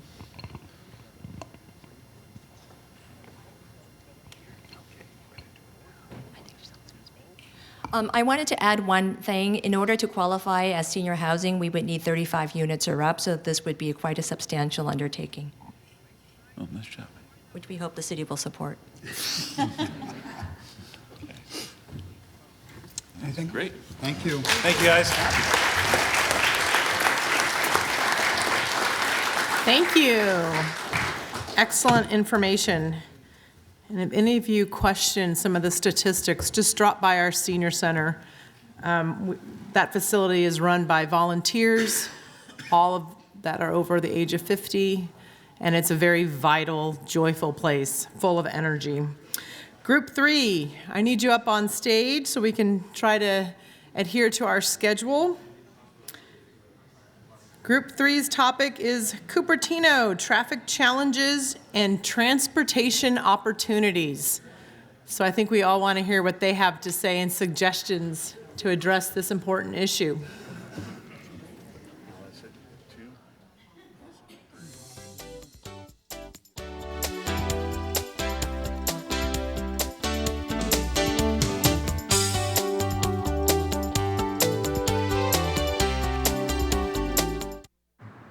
How can I help my daughter with her reading? Searching for help with Dachshund Reading. How can I help my daughter with her reading? Information on hot water heating. No. Sarah's bright, but when she's reading, she has trouble sounding out the words. World music, playing track now. No. Let me try. Our daughter gets confused about which details in a story are important. Which paper towels are most absorbent? What? Here are 5 product reviews. Why are you not getting me? See, I told you. Wait, I was trying to show you how Sarah feels every day. Frustrating, isn't it? Redirecting to understood.org. For the 1 in 5 kids with learning and attention issues, this is what life can feel like. Explore understood.org, a free online resource about learning and attention issues, designed to help your child thrive in school and in life. Understood.org, because understanding is everything. Look at you. You're at the top of your game. At work or at play, you're unstoppable. Nothing can throw you off track. Oh, hey, she's cute. Nice going, man. Things are going great for you. You've earned a night out. Good drinks, good friends. Yeah, we can go ahead and call this a good night. Wait, is that your car? Uh-oh. Not smart. Yeah, I saw that coming. Say goodbye to her. Ouch. That'll hurt your bank account. You're looking at around 10 grand in fines, legal fees, and increased insurance rates. I hope you like eating frozen dinners. Alone. Let's try this again. Smart move. Because buzz driving is drunk driving.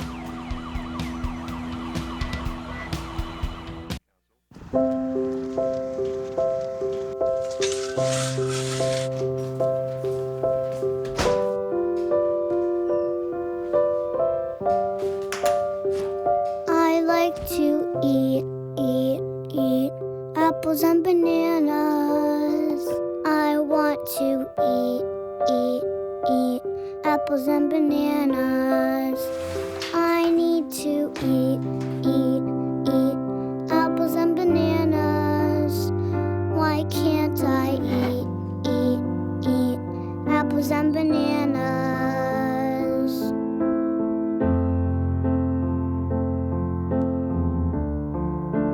One in 5 children struggles with hunger in America.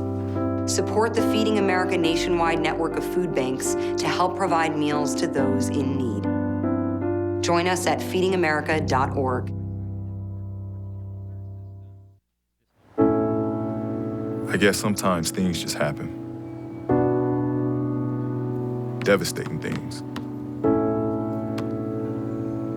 It's got nothing to do with fairness.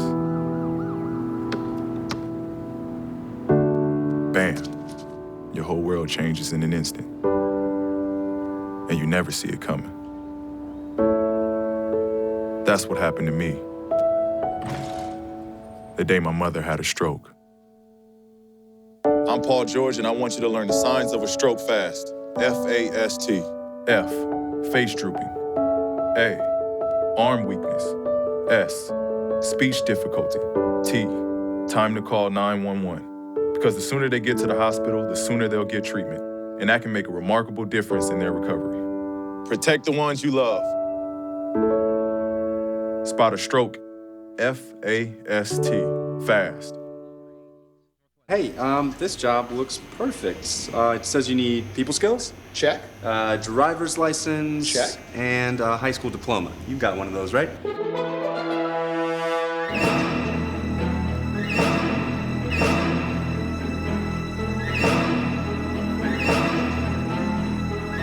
Skip the drama. Get your diploma. I got that. You are good to go. Take that first step towards a better future. Find free adult education classes at finishyourdiploma.org. You're doing great. We're gonna try this again, okay? Okay. Wheels, pedals, handlebar, brakes. Sit up straight, keep your weight in the center, keep your eyes on the road, hands on the grips, button the seat. If we feel ourselves falling, what do? Just keep pedaling. Good girl. Now remember, it's all about balance and steering. Steer with your hands, steer with your body. Steer into the corners and you stay out of trouble. And the bell's your buddy, so go ahead and ding that. All right, you ready? Here we go. Pedal, honey, pedal. There you go, you're a bike rider. Most parenting is hard to do in just 2 minutes.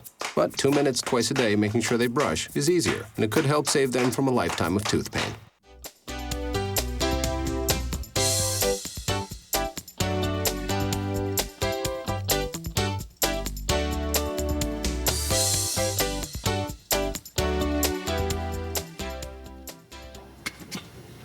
Welcome back. Our next group will address the issue of traffic challenges. I think we've all experienced some of that, and transportation opportunities. And this group includes Tom Pike, Christine Yen, Fletcher Dobbs, and Ty Bloomquist. Hi, everybody. My name is Tom Pike. I'm a Cupertino resident and a local attorney.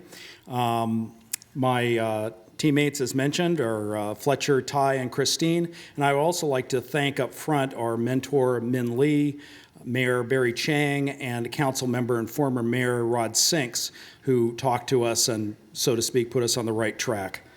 Again, our topic is traffic challenges and transportation opportunities. While examining this topic, our project theme was to seek strategic solutions for managing and reducing single passenger auto traffic within Cupertino. In other words, where we are, where we're going, and how we get there, literally. First, I'm going to kind of set the table for my teammates and provide an overview of our region and our city. Regionally, you see right here, we are actually pretty well hooked up into the highway system in the Silicon Valley. The 280 and 85 are our primary links to the outside world. However, as we all know, these freeways are getting more and more congested, which is one of the primary problems involved. If you look beyond the car, say to BART, well, BART goes down to Fremont, and it'll eventually go down to downtown San Jose in 2025, and Santa Clara in some unforeseen year. So let's not plan on shuttle buses to the Santa Clara BART station quite yet. We're also looking at the Caltrain. That, again, covers the east side, really doesn't connect with us. If we're looking at what VTA is doing for us currently, they do have good bus systems within Cupertino. These are primarily local bus lines rather than express, and we're going to be addressing this a little bit later on.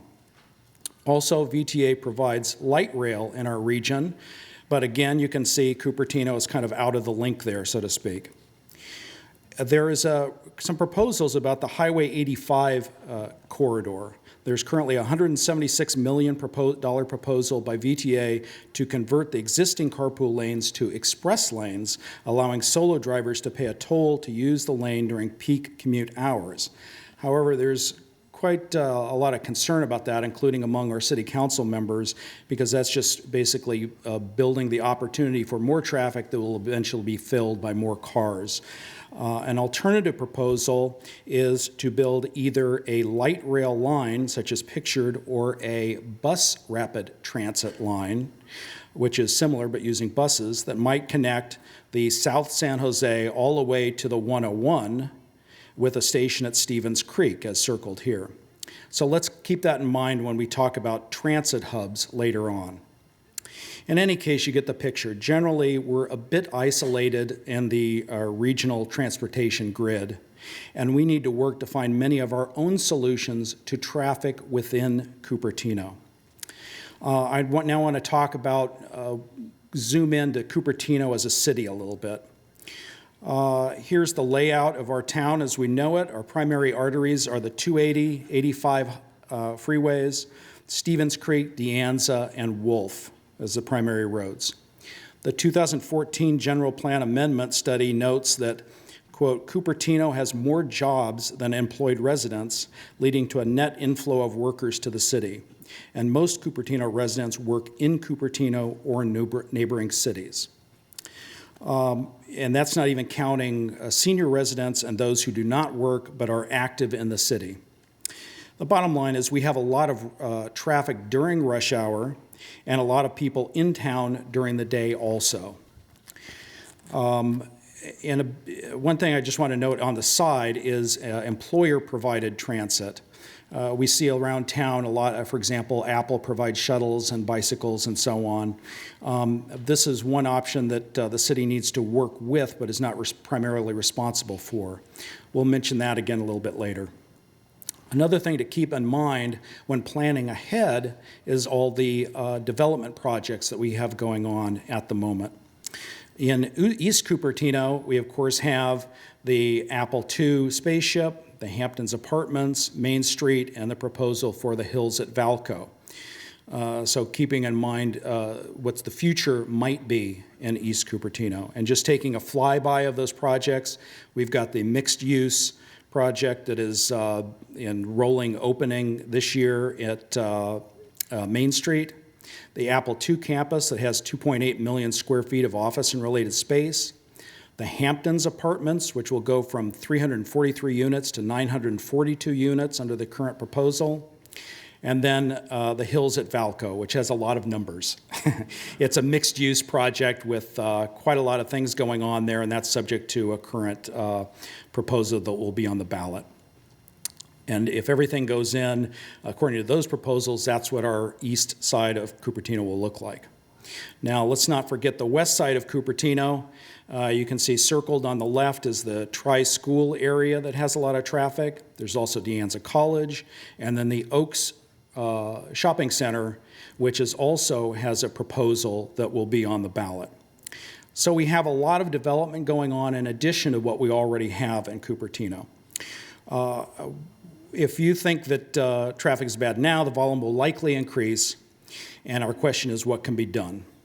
Our task, as we saw it, is how can we meet the traffic challenges of today while also planning for the needs of an as-yet-to-be-determined future.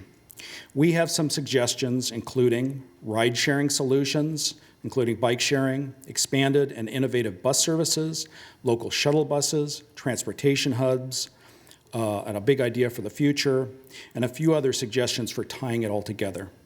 Fletcher Dobbs will be first up to give us an idea about what these changes can mean to Cupertino.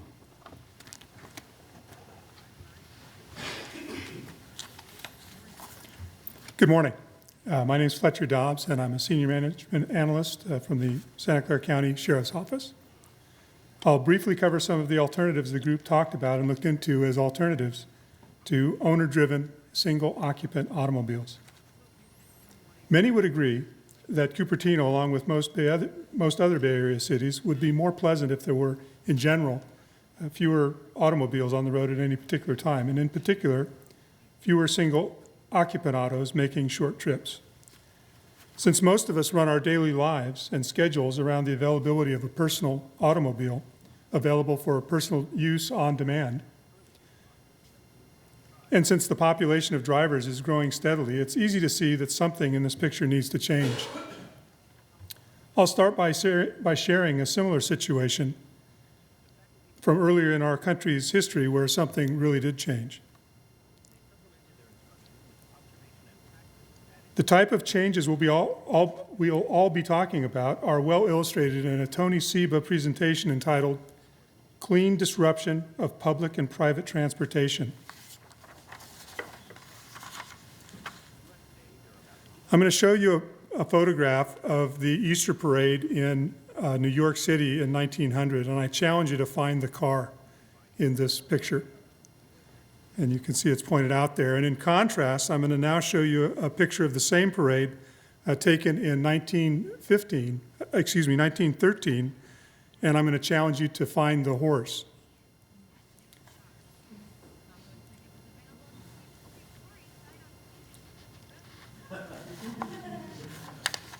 Such an enormous change in transportation, and in only 13 years.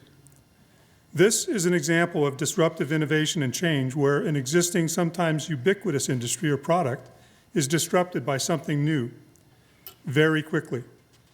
More current examples of this type of change are the changes from film cameras to digital cameras, from typewriters to PCs, from landline telephones to smartphones, and so on. I think you all have the idea. So in the few minutes that I have, I'm going to focus on one alternative, potentially a disruptive alternative targeted at positive change, and moving us from what we have today, too many cars moving too few people, toward what some would like: clean transportation, reduced vehicle congestion, wide open streets. But of course, it isn't just about the bikes. The group discussed several programs that would help the city of Cupertino to reduce automobile traffic, several examples of which are already available today, like these.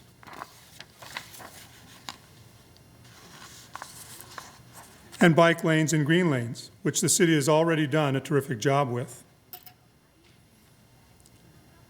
One alternative to single-occupant automobiles that Cupertino doesn't have yet, which is available in some nearby cities, is bike share. A bike share program, such as those in place in some nearby cities, provides an additional alternative to the automobile and is primarily targeted at short trips. Note the location of a large gap in the bike share location shown on this map. Bike share targets short trips, and in this way, bike share could contribute to a significant reduction in short trip, single-occupant auto traffic in Cupertino, primarily on the city's arterials, especially on Stevens Creek Boulevard between Tantau and Mary, and on De Anza Boulevard between Highway 85 and northern destinations. Here's a screen grab of the Bay Area bike share pricing summary. So again, trips are limited to a 30-minute maximum before additional charges begin. So multiple bike share locations are located in a municipality within a relatively small area, say 1 to 3 miles or so, facilitating on-demand transportation designed for short trips that are clean, zero emission, cost-effective, easy to use, easy to finish using, and easy to park. And they're a healthy choice for the rider. Data available on the Bay Area Bike Share website for the 70 bike share locations shown on the map earlier indicates steady growth in the number of trips provided by the program. The average number of trips per station increased from 287 to 434. The average trip duration decreased from about 26 minutes down to about 17. So the overall average monthly trip count increased by 51% in the 2 years for which the site provides data. More people are using bike share for more trips and shorter trips. The data demonstrates a very positive reception for bike share by its target market and an increasing utilization of the program. Bike share could be a perfect addition to the city of Cupertino and could have many positive effects on the quality of life here. Also, consider the following from the Bay Area Bike Share Program FAQ. The program is intended to grow significantly in several cities over the next 2 years.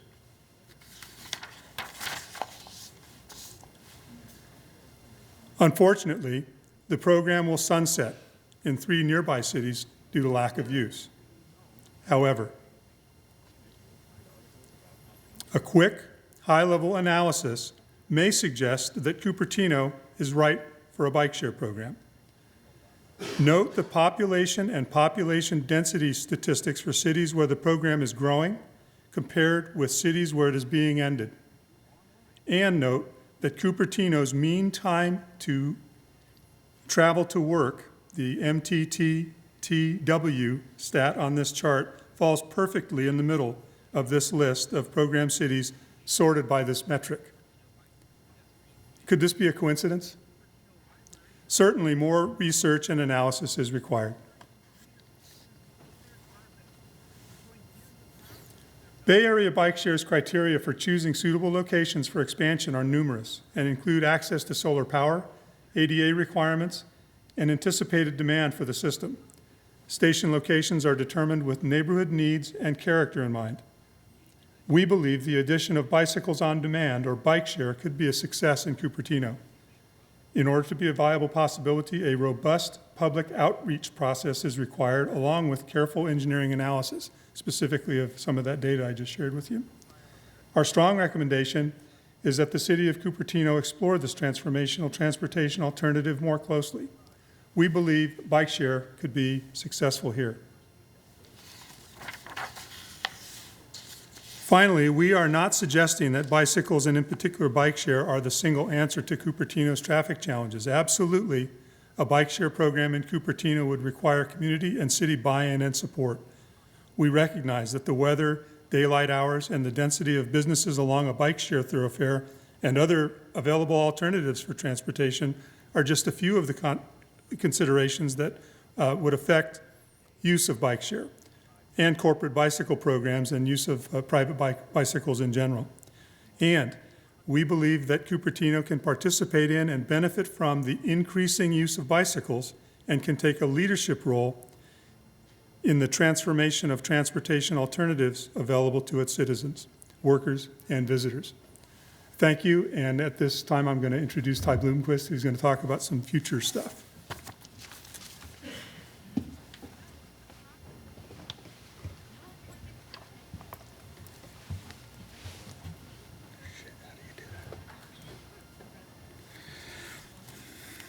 Hi, my name is Ty Bloomquist with the City of Cupertino.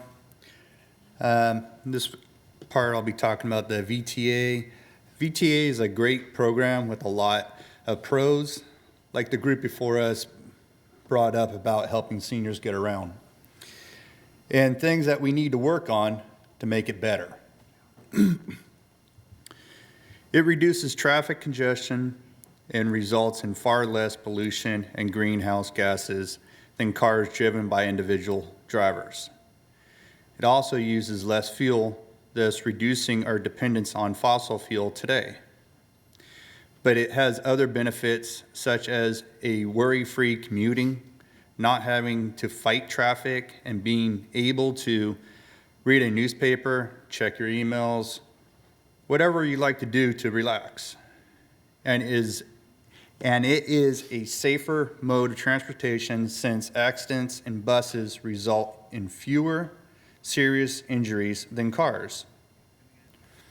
Countries with well-designed public transportation systems have very regular and frequent pickups and fast commutes with fewer car and traffic congestion.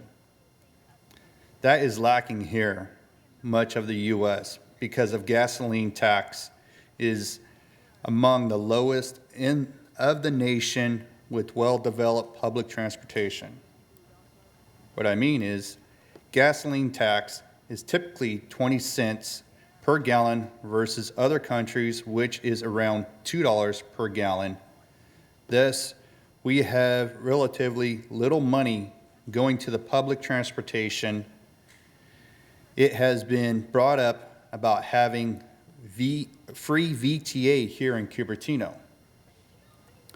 It has been proposed that the city make a free all VTA transportation in the city of Cupertino. Even people living in affluent areas like a good hassle-free deal. This would mean that anyone taking a bus here simply has to step onto the bus and get off wherever they want, even outside the city with no hassle. Thus, people working here would pay to catch the bus to go to work from out of town of Cupertino, but would be able to return home free, thus incentivizing them to take a bus since half the fare would be paid by the city. It would make shopping very convenient for residents. It would mean residents could take the bus to Caltrans and pay the pay for the return trip, cutting the fare in half and simplifying the fast and hassle-free boarding the bus in Cupertino. Cupertino would make a deal with VTA to pay them the fare box money that would at least make running each bus feasible for them. Then, for example, if they ran a bus from downtown Cupertino to the end of Bub, would make it a lot easier for people to get around. Hopefully one day we can come up with a plan that works for everyone. Thank you. Here's Christine with more options.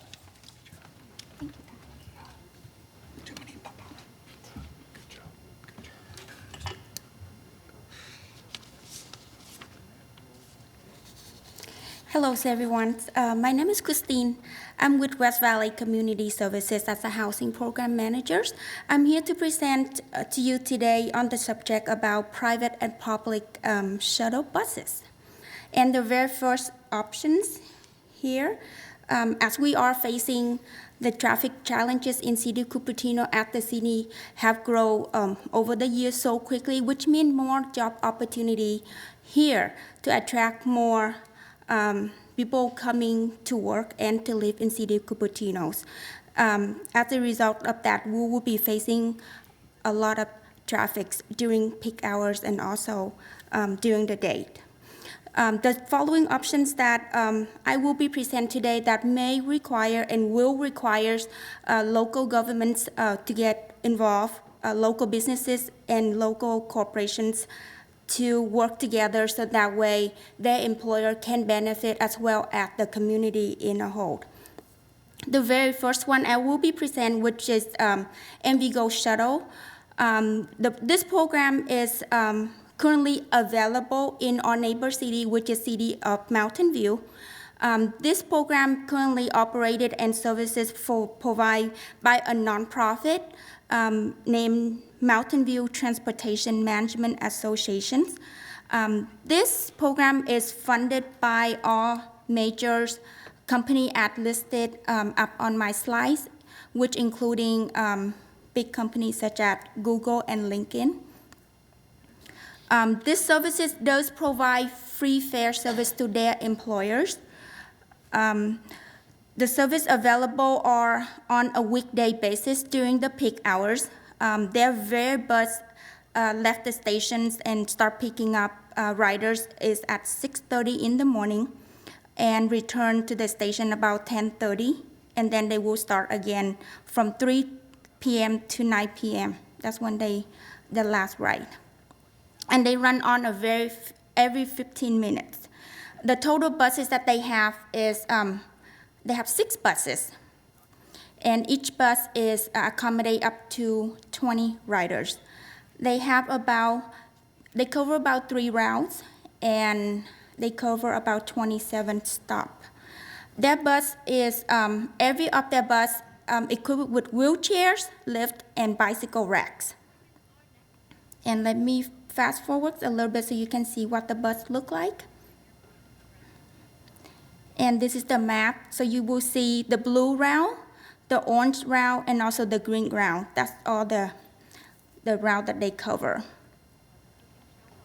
And alongside to that, they do have a real-time satellite tracking system via their website or mobile apps, as you will see there. And the total ridership daily that they have throughout the day is about 500. It's pretty high.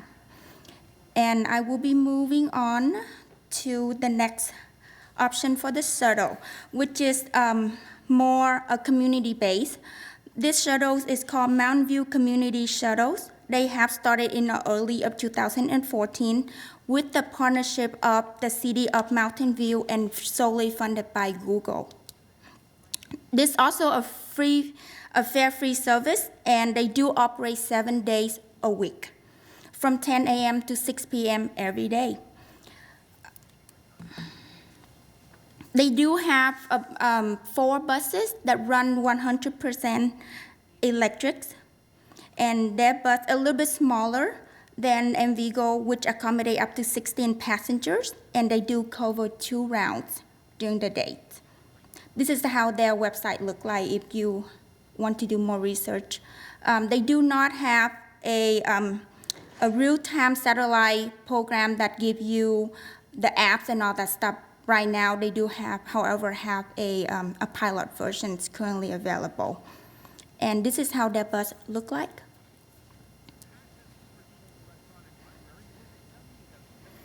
I want to show you that. This bus is basically cover more stops around City of Mountain View. They cover about 50 stops, which connect a lot of residential neighborhoods, senior resident and services, city offices, library, park, and recreational facility, and etc. As you see the list there. They do have Wi-Fi on this bus. They do have available that.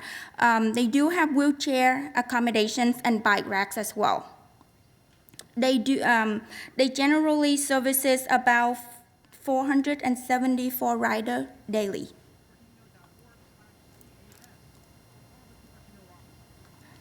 Let me show you the map. This is how the map of the Mountain View Community Shuttle cover the East Loop and the West Loop of Mountain View.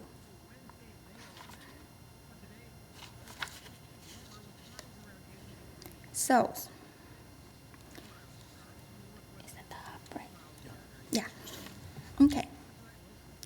As we are moving forward, as everyone's already know, the hills at Valco is proposed to redevelop at the Valco, and therefore our team have met with their planning departments, and we have learned that they will be considered to provide transit center and mobility hubs in their plans.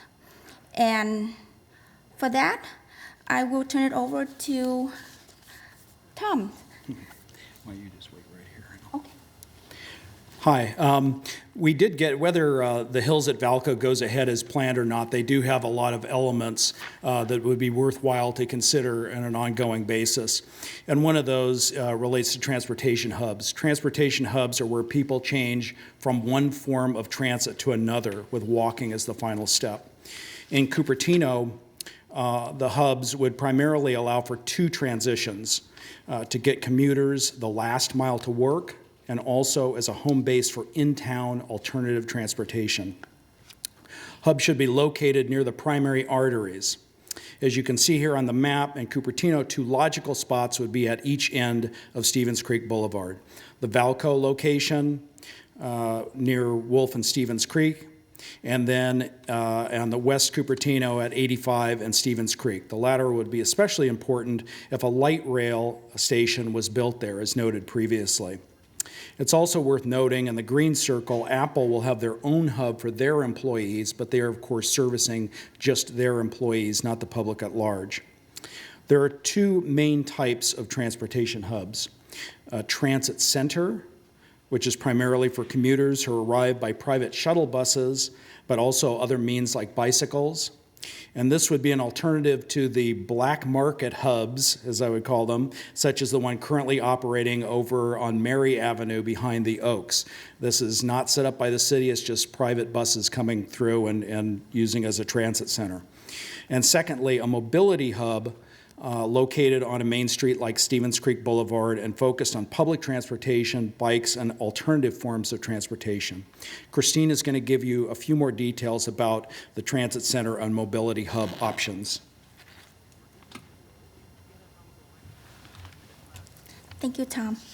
So as for the transit center that we have learned from the Sand Hills, that they will provide a transit center at their site, which is one of them will be at the corner of Wolf and Stevens Creek. That where you that will be a transit hub center that will be a actually. The transit center will be at the corner of Perimeter and the Valco, which is where JCPenney parking lot right now. With that, it's more private. There will be a station that where primarily for drop-off and pick-up location for private employers such as office worker that they're going to put up there. There will be a staff office that provide information and incentives such as money refund to those who are taking the bus to get to work. They will have a bike repair stations and buy supplies for sales there. They will have a bike clinics. They will have a secure bike parking. And they also have a shower and changing stations that will be there. Okay, and and for the mobility hubs, that will be, they are planning to put that at the corner of Wolf and Stevens Creek. That will be more accommodate with VTA and bus rapid transit area. It will be accommodate also community shuttle stop that can also utilize that area. They will be also providing a staffing office there as a transit information office. They will be having check-in and check-out of the electric scooter if the shopper want to rent that. They will be providing a short-term parking for bicycle, a fee valet parking for bike as well. And they will also have a repair stations that provide free tour and bike pump for bike rider.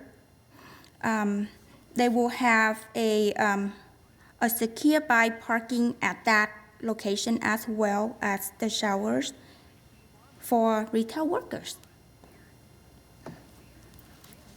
Okay. So. Who's next? Ty?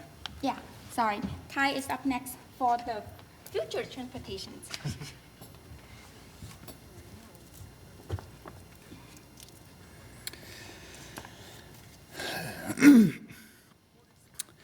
I'm still trying to figure out if we are looking into the future or are we looking into the past.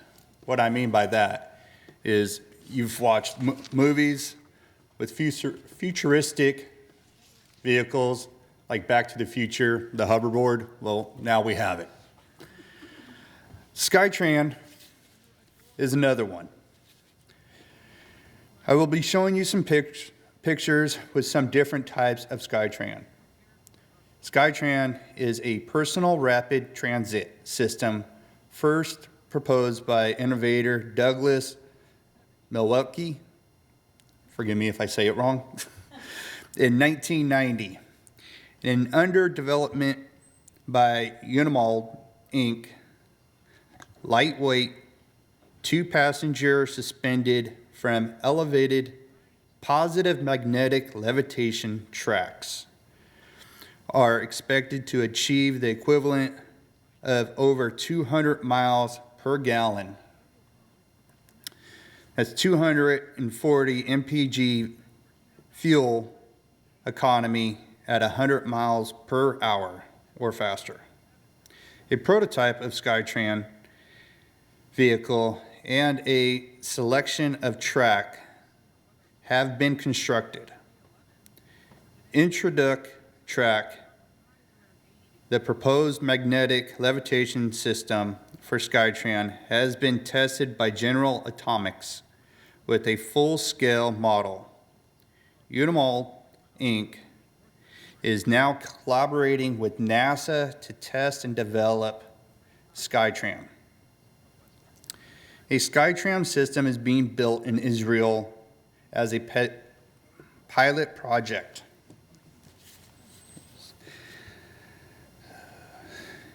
It was initially projected to be completed in Tel Aviv by the end of 2015.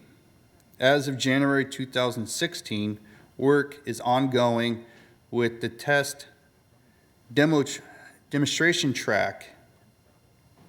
Additional projects have been proposed and or are planned in France, Germany, India, Indonesia, Saudi Arabia, the United Kingdom, and the United States.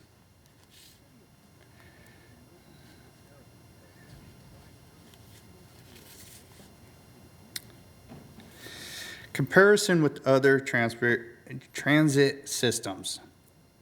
According to the U.S.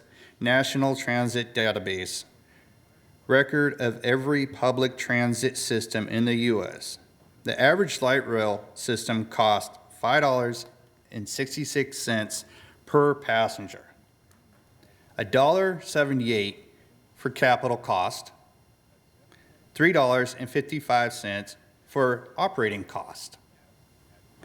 Light rail projects have cost $100 million per mile, while Skytran would only cost $10 million per mile. Skytran infrastructure reduces the weight of empty vehicles to under 70 pounds compared to a light rail vehicle of 990 pounds.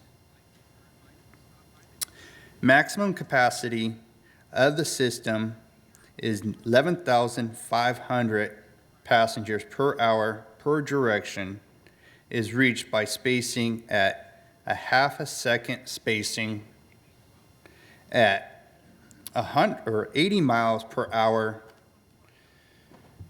Vehicles would be spaced at 59 feet and stopped by multiple redundant safety systems.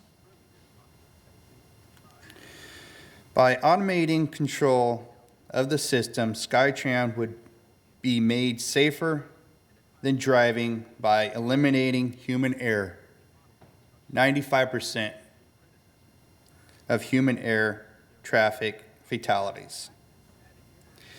As lines reach capacity, a new line would be built parallel to the first line, a half to a mile away from each other, to provide coverage for better network. It would be nice to see cities try to use more solar to help cut electric bill down for the light rail to make it more affordable for everyone to use. Thank you.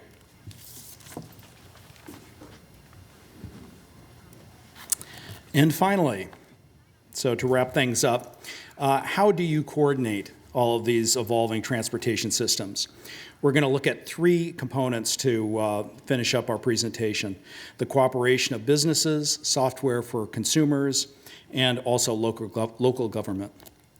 To coordinate transportation systems by cooperation of businesses, one proposal is transportation demand management systems. TDM plans are intended to spur businesses to proactively offer a multitude of transportation options for their employees, clients, and visitors in order to reduce the demand for driving. Such options would include walking, biking, carpools, public transit, company commuter buses, community shuttles, and other things that we talked about. This is incentivized by a cap on the percentage of single-occupant vehicles, SOVs. For example, the proposal by Hills at Falco is that nearly 50% of all office employees will be prohibited from driving alone to or from work. Now, TDM plans should have both teeth, such as financial penalties and leases, and limited parking, a number of parking, and also positive incentives, such as free lunches to companies that meet goals, in order to promote alternative transit options and achieve the TDM goals. Large developments should have full-time TDM coordinators. Multiple businesses in one complex should form transportation management associations to pool their resources in order to hit those targets. Secondly, software for consumers. We need applications or platforms to aggregate the available transportation options for consumers in real time. Ride Scout is one such startup company, and their app is shown up here on the right. Also, the VTA has an innovation center intended to bring private and public sectors together on ideas such as this. And finally, local government. Coordinated transportation plans help the community, and traffic solutions help win elections. Win-win.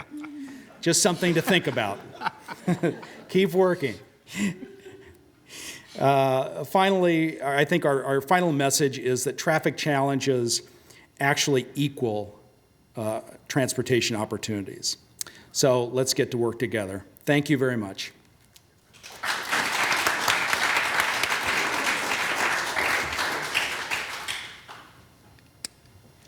Questions? Is this? Yeah. Any questions? Anybody been in traffic recently? I was really intrigued by the concept of free VTA in Cupertino. Was there any cost analysis, what that would cost the city, or the overall cost in general? No. Okay. Maybe we have our in-house expert here.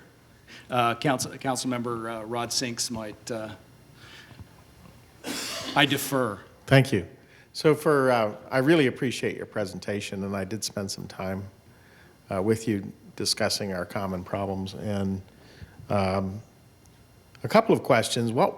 For people just getting into this and trying to figure out how we do something in the transit desert we live in, what resources did you come across that you found the most compelling? That's one question. You talked about Tony Seba. I see his book's over at the library. I'm going to go snag it before any of the rest of you do in the break. But second question, are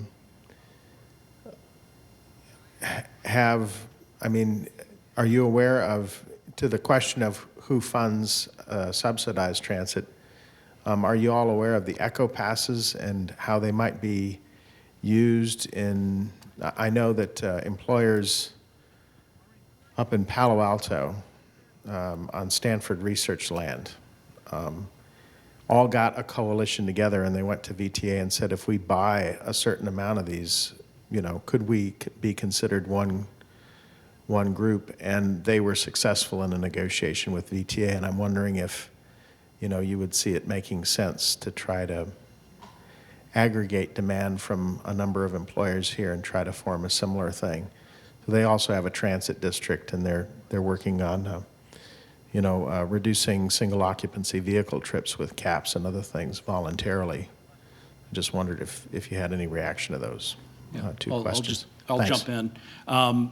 Yeah, one thing that I did find intriguing, I didn't know about, I was talking about TDM, and that's within developments where companies would need to get together to meet the certain goals. And this sounds like a similar thing where you're getting businesses to work together. So options like that, I think, are very good. I want to step back a little bit. I think this is a huge subject, and I think we kind of realized early on that we were not going to become transportation experts in a couple of months. And so our goal was primarily to kind of like set the setting as to what the challenges we are facing are, and then to provide a kind of a buffet of the options and hopefully spur some thinking on that. So that's one good example of businesses working together. There's a limited, I think, leverage as to what the city or the region can do to force companies to do it. Like at the Hills, they're basically saying in their office space, well, we're going to have it within the leases that they have to hit these targets. That's frankly open to negotiation with their tenants. So there are challenges to all these things. And another thing related to that is you could kind of tell, I get the vibe from the Hills at Valco people, if they do go ahead and build their office, if Apple takes over 90% of the office space, that means you're just dealing with one company rather than 100 companies that would fit in there, and it's easier in terms of aggregating to meet goals. So, and then of course we have do we worry about having all of Cupertino being Apple? So there's no easy path to all of this. But if we can think of all the options and pretty much press on all fronts, hopefully we'll make some progress, because it is a problem in Cupertino, and it's going to continue to be a problem. One thing that when we first decided to do this project, I didn't realize there were so many options and things going on already. So when we started checking into this, and it's like I got overwhelmed. Rod was giving us all this information, and I'm looking online, and it's like, oh, this project, and then finding out about Valco. They already have all this implemented into their proposal. And before, I didn't realize this was all like a massive, it's a massive project that has been going on. And I was getting all tangled trying to figure out what can I put in a short summary here, because it is huge. And it's coming from every different direction of different projects. And my head's just spinning, what can I put in a short amount here? Was there one thing that you found most interesting that you'd recommend to the audience that's interested? I honestly like the SkyTram. To me, looking at it, and there's videos online for SkyTram. It's the smallest amount of space because it's lifting it up where you're minimizing taking up the road. But like I said in my opening of that, are we looking in the past or are we looking in the future? Because a lot of stuff that we're seeing in the future is what we see in the movies of the past. Well, and there's so many options available as choices for Cupertino and other cities to take advantage of. And you see these large, successful technology companies taking their own initiative and starting their own programs, like bikes to get between campus buildings and large buses to move their people from, they have commute buses that come in from San Francisco, Santa Cruz, parts east. It would be, in my view, terrific to see some of the large corporations that have the resources and already have some data and some knowledge about these different alternatives cooperate with cities and get together with cities and maybe share resources more so than is happening now.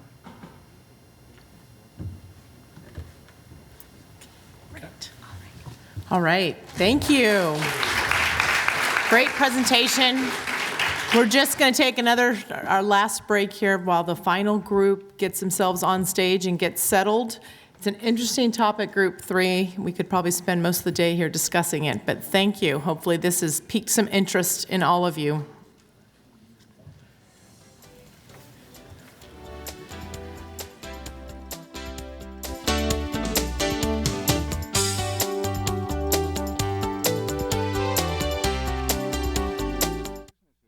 They said I have troll teeth. That my voice sounded like a possessed baby doll. That no one would ever love someone as stupid as me. That I was fat, ugly. Disgusting.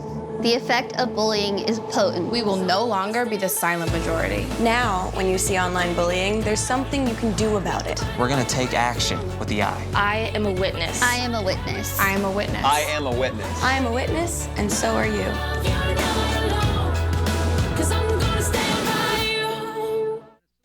So they say it's a man's world? I don't see anybody's name on it. While they were doing their thing, we slowly changed ours. Today, women can do anything men can do.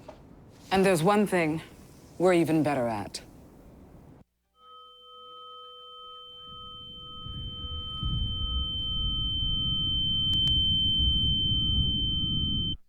Right, mi cariño. So like I said, everything I learned about cooking, I learned from Grandma's empanadas. Shall we go again? Yep. Mix beef with the onions with the peppers with the paprika with the garlic with the oregano with the cumin. Got it? Got it. Throw in the olives, stir, season, stir again, pour out the flour, roll out the dough, make a circle, drop in a fistful of filling, fold over, press down, and ta-da! Most parenting is hard to do in just 2 minutes. But 2 minutes twice a day making sure they brush is easier, and it could help save them from a lifetime of tooth pain.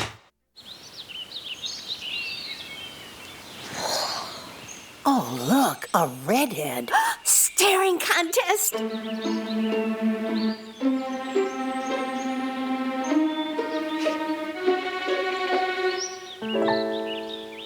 You still got it. I know. Come alive with the forest. The dad was cute. You were looking right at us. Visit discovertheforest.org to find a forest near you. Thanks for coming in for the interview. Oh, yeah, of course. All right, we got your personal references, your resume, high school diploma or equivalent.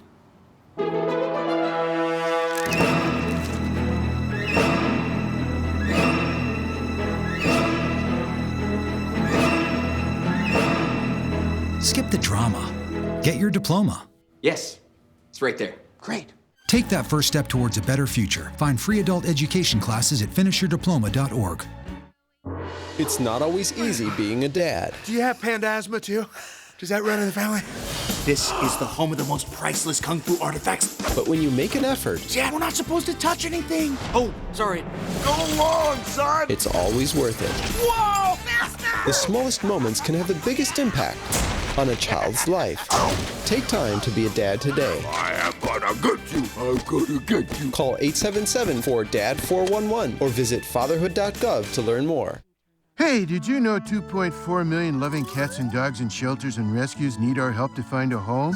Let's go to theshelterpetproject.org and meet a few who are in a shelter near you. Harlow, oh, she's one great listener who loves to hear all your stories. My kind of cat. Cerulo is a sweet, goofy boy who's eager to please. Sounds just like another dog I know. So go to theshelterpetproject.org, search your local shelters and rescues, and go for a cuddle with your next best friend. Adopt. When I was in foster care, I never knew when I would have to move. So I always had my suitcase ready to go. Then one day, I was adopted.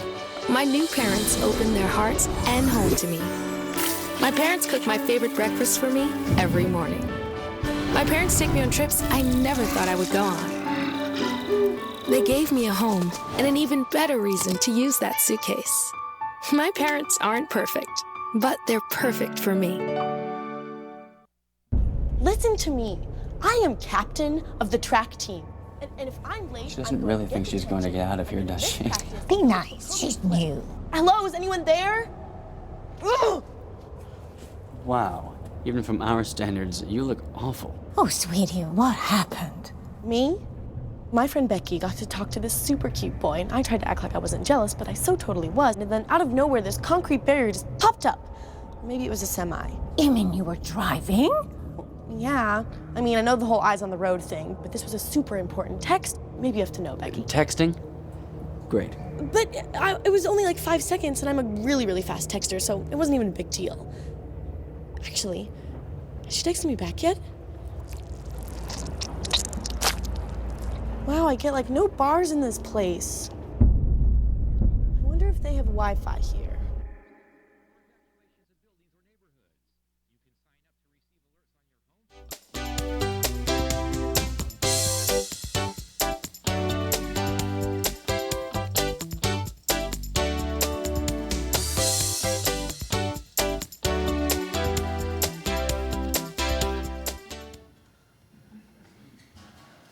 Our final group today will be presenting on the topic of traffic solutions for the Monta Vista school area.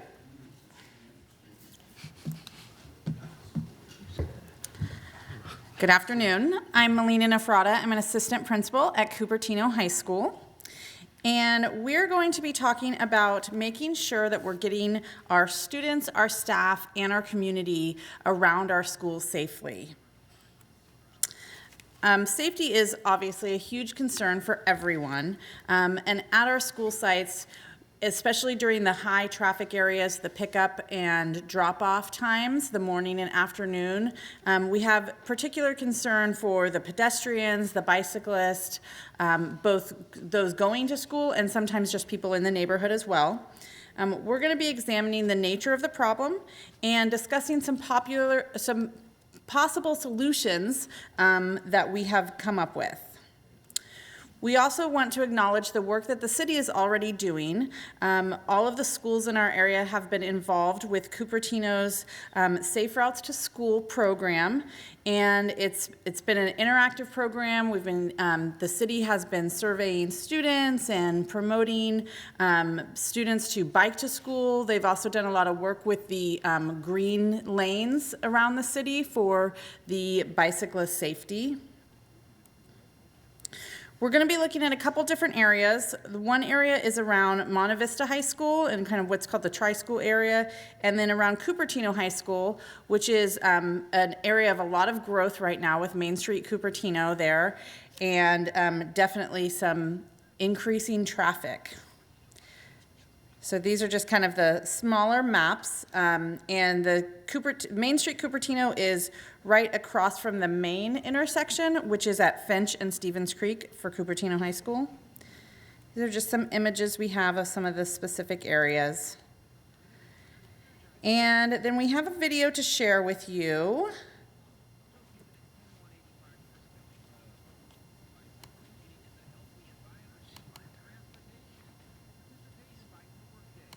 It's a short video.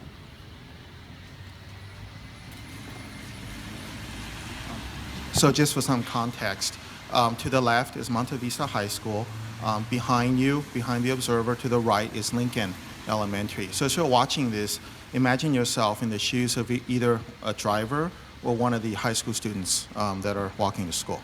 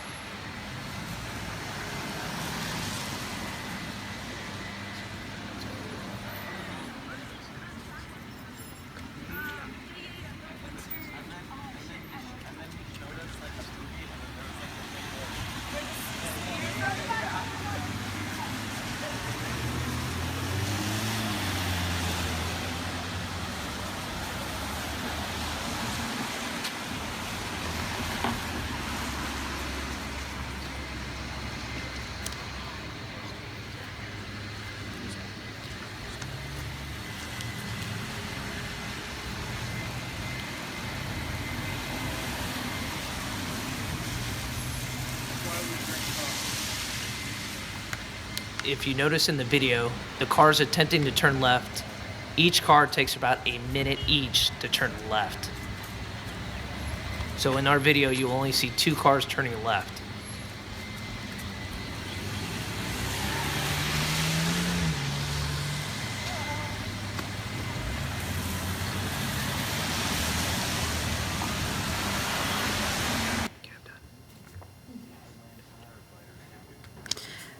Okay, and so now we have just a question for the audience. What is it that you saw in this video? What was represented? Take some volunteers. Raise your hand. It's dangerous being a pedestrian. It's dangerous being a pedestrian, absolutely. Anyone? It's frustrating to be those drivers, too. Mm-hmm. It's frustrating to be the drivers and not be able to make the turn.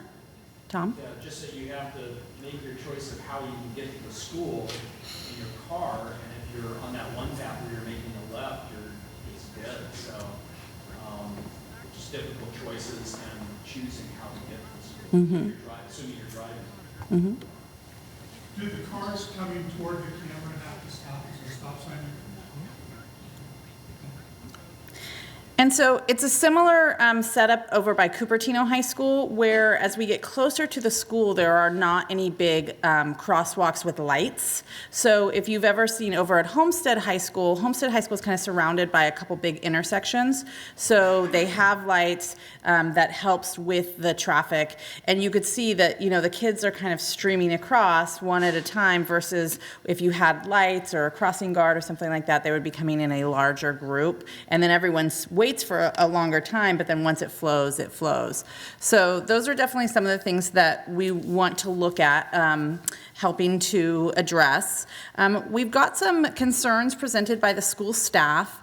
And the staff reported that some of the issues that come up with the traffic and the congestion is that emergency vehicle access can be impeded when school driveways or access roads are blocked by waiting cars. For student pickup. A student pickup, this is definitely a bigger issue because that's when families come and they just wait. Whereas in drop-off, at least they're starting to move, but during the afternoon times when they're coming, they'll come 15, 20 minutes early, and then the roadways are completely blocked because they're just waiting. There's also a big issue with motorists not yielding to the pedestrians at the crosswalks and motorists not following posted traffic laws. So, and we talk a lot about bicyclists. There's also, for the high school level, definitely an issue with the safety of our skateboarders or kids on scooters as well, who may... Sometimes, anecdotally, they are not the most cautious of travelers and wear helmets less as well, even though they are legally required to. Some other issues by the school staff is that we have the motorists blocking the crosswalks again. Then staff trying to help mitigate the situation can bear the brunt of some uncivil road rage. And so either actually oftentimes from parents, but sometimes just other commuters that are going by that are very frustrated with the situation and then also with whatever kind of rules are in place. So for example, at Cupertino High School, we have certain areas where we don't allow student drop-off, like through the staff lot, so that our staff members can easily get in and park so they can get to the classrooms and open them on time. And we also have our neighboring businesses that don't like it when our students are dropped off in their driveways because oftentimes it blocks their customers from coming to their businesses. And then the school staff is kind of in the situation of being the bad guys, of having to say, you know, please don't do that, and we get some angry choice words. The school staff also reported that law enforcement presence is minimal. I know there's been discussions about that, and once again, you know, for local law enforcement agencies, it's a very busy time for them as well, especially in the morning commute with different types of traffic incidents that they may have to be dealing with as well. And now I'm going to turn it over to Jerry.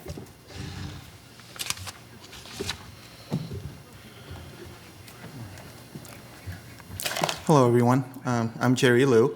So one component of our project is to reach out to the parent community and better understand what people are feeling about school traffic safety. And so that's the part that I'm going to be sharing with you today.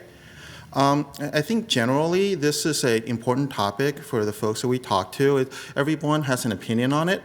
And I would say there's generally consensus on what the problems are, but the ideas for remediation is a little bit more diverse, and we're going to be sharing some of the highlights here with you. So I think, to start off, I think there's general understanding that the basic problem is we have a lot of people coming to a very small space at the same period of time, right? And so all the ideas really are around doing something about the people, the space, the infrastructure, or the time. In terms of complaints about road configuration, the most common one we see are the ones that you saw in the video.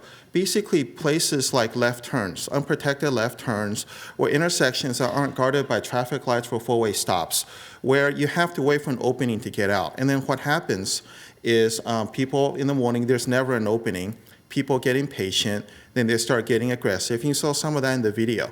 And that's one of the major areas for concern.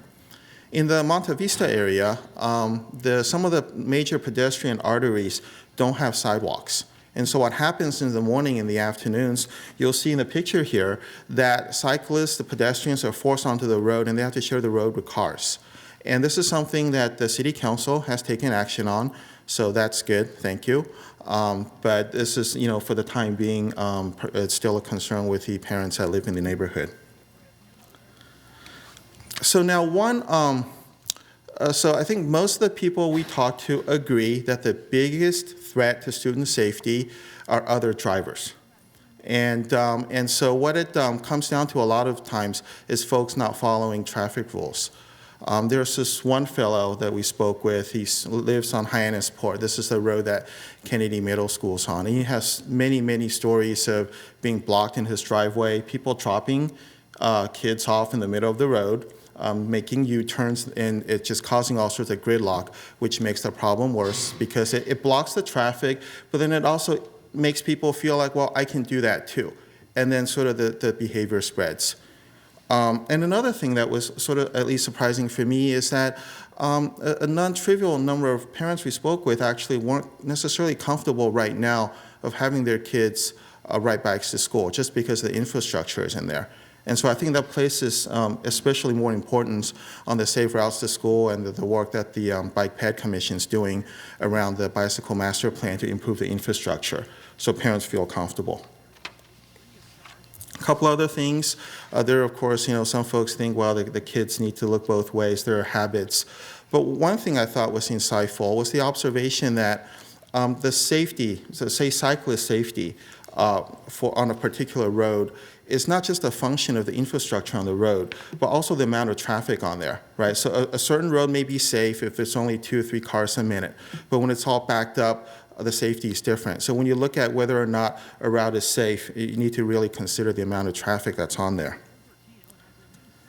So I'm going to switch over now to some of the ideas, and this is where it gets a little interesting, right? So one of the, this surprised me, a number of the folks actually brought up education. Right, but it's not the kind of education I thought of, right? When we talk about education, I thought people are thinking about driver's ed, but it's not. It's actually education about empathy and ethics and thinking about, putting yourself in other people's shoes. And so it was really about how we can look out for other folks. It reminded me of some of the things we had from Min about empathy. I thought maybe that's something the city perhaps could engage me in to run a workshop on something like that.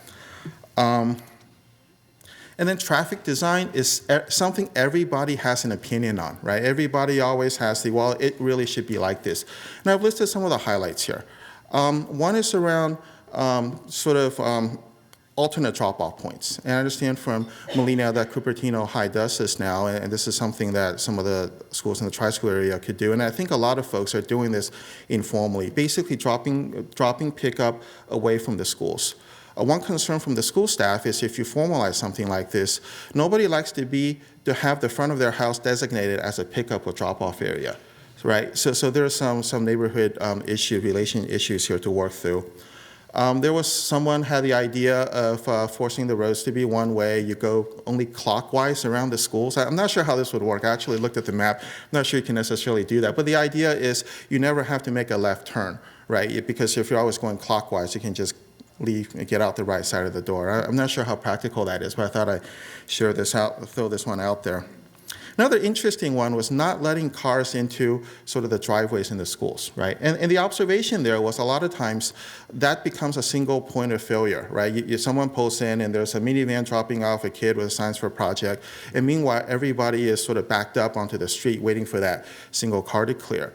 And so the idea here was to, so if you ever like picked up people from San Jose Airport or drop people off, you know how you drive up and you're looking for Southwest and you try to find an empty spot in the curb and you pull it and drop people off. So it was suggested maybe something like that we could try. I'm not sure how that would be, but it's that was also an interesting idea. Scramble intersections, so allowing four-way crossings for pedestrians, congestion pricing, and of course having physical separation between bikes and cars. That's something that's been talked about a lot. I wanted to throw this one out there because I was talking to this tech executive, and he had this idea that, you know, the way you get people to accept reasonable rules is to propose the unreasonable. And they get upset and they push back and they'll kind of accept what you wanted them to do to begin with. And so there were some of the ideas in terms of, you know, you can only drop, you know, no single family drop-offs, et cetera, et cetera. So just thought I'd throw that out there. That was sort of an interesting one. And then lastly, a collection of others, shuttle bus service that's been talked about. There was a thought that if we charge some minimal amount of money for it, it might actually make it more popular. A consistent theme that came up, both from the parents and sort of talking to some of the school staff, is really more law enforcement, understanding that there are limitations. But there was even, I think there was a question, can the city get involved? Can code enforcement somehow come and ticket cars that are sort of parked in driveways? So there's cameras. And then one of the things that's been done at so coming back to the time, right? So it's everyone's trying to get to the school and leave at the same time. So one of the things that the new principal at Lincoln has done, Amara Malazzo, is pretty innovative, is she started what's euphemistically called the academic homework club. It's actually a place where your kids can hang out after school. And so that really spreads out the pickup time. And I've gotten just a lot of positive feedback from parents about that, basically, so not everybody has to converge on a single point at the same time. And then I think generally, just to close off, the observation that this is what in engineering people call nonlinear problem, in that the problem, you get to some tipping point and then things get bad, but it's not proportional. And so if you can just find some way to reduce the traffic a little bit, the gain you get would actually be more than that. Okay? So with that, then I'm going to pass things off to James, that'll pick up from here.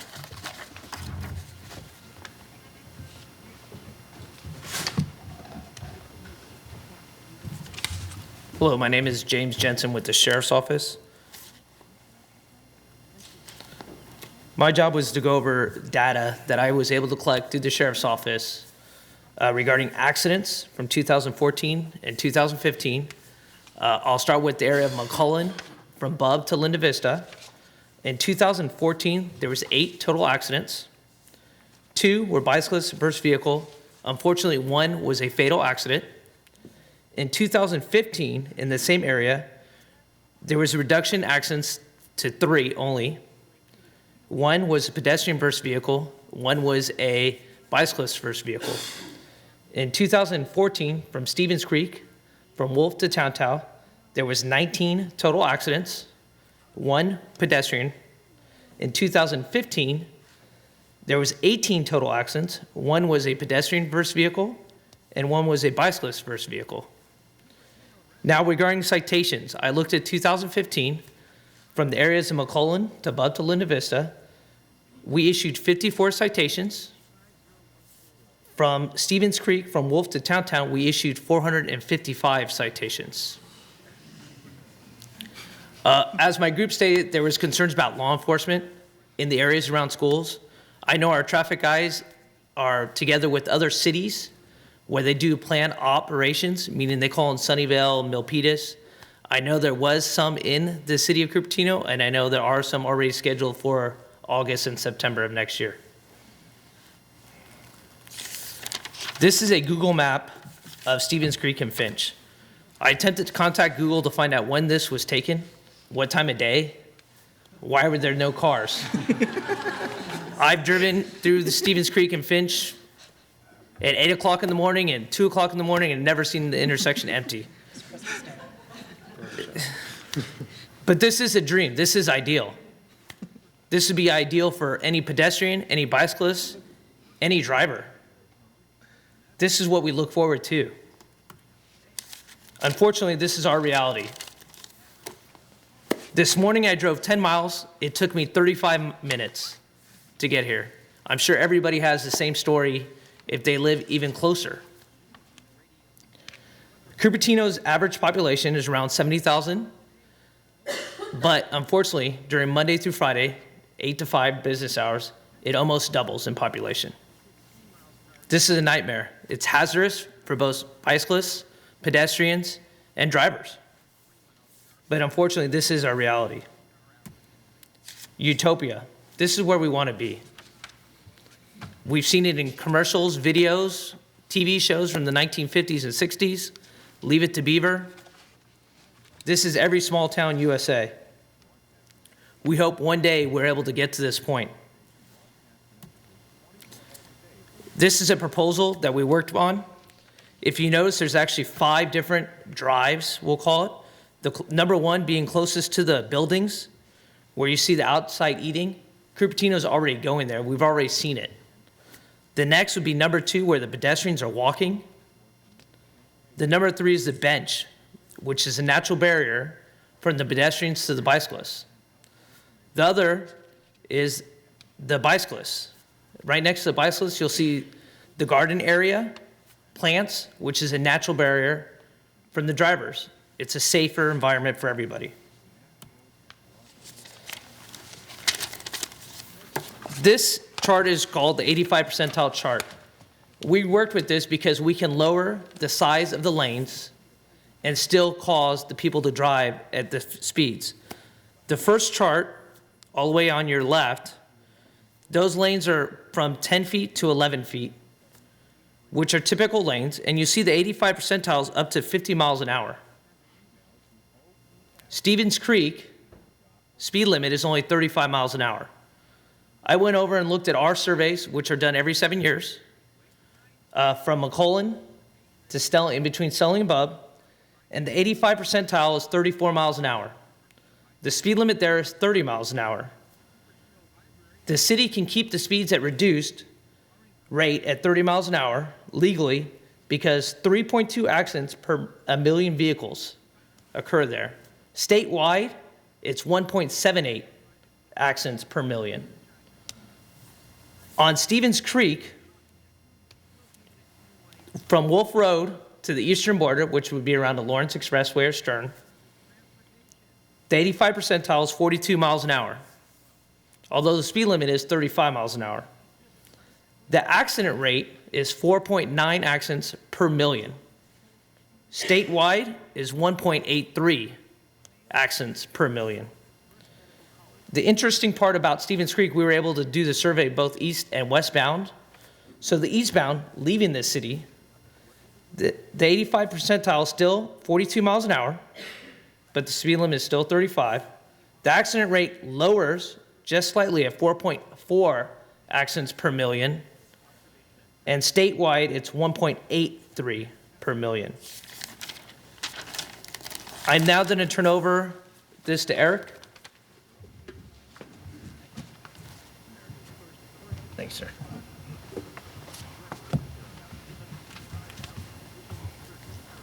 So there are a lot of things you want to think about when you're doing a street design or trying to make it more friendly to all different modes of travel.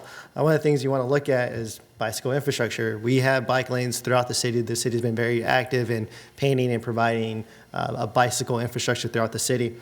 On the left hand is the typical bike lane that you would see around the city. It's normally painted green, but that size is normally consisting of about 6 feet. It provides adequate space for the bicyclist to go through and not be too worried about it. The only problem with those ones is that there's no real buffer between you and the car. There's the threat of the car, moving over a little bit really easily, And there's also the concept of what they call dooring, which is exactly what it sounds like. Someone's opening their door as you're driving by, and they didn't see you, you didn't see them, and bam, you're injured. The other one on the right is what they call a cycle track. A cycle track is essentially a protected bike lane. This can be done a number of ways. In this instance, they used a planter box, but you can also put a physical barrier like a curb. There's like white pillars or bollards that are placed in there. Again, the big thing there is to provide separation between the cyclist and the vehicles. This mode with the cycle track really makes it safer, or gives the impression of safety for cyclists. It makes it more accommodating for novice cyclists and for children because they have that physical barrier. They're not as concerned with getting hit by a car, because that's a valid concern. As James alluded to, there are accidents that have it happen from time to time, and providing some sort of physical barrier really makes a big difference for cyclists. So this is one of the common, this is an intersection or cross section at Stevens Creek and Finch, roughly. The city's right away there is roughly 118 feet. So that's pretty big. You think your average lane here is between 11 to 12 feet. Your drive lane, your sidewalk is roughly total 16, but that includes the throughway and the street furniture and the light posts and the trees. You have a 6-foot bike lane, unprotected, but again, it is painted to provide separation between vehicles. The median in the middle is about 5 feet. The big thing with these drive lanes is that they're pretty wide. If you looked at that survey or that graph that we showed in earlier, is that you can actually really narrow down your lanes without really impacting traffic.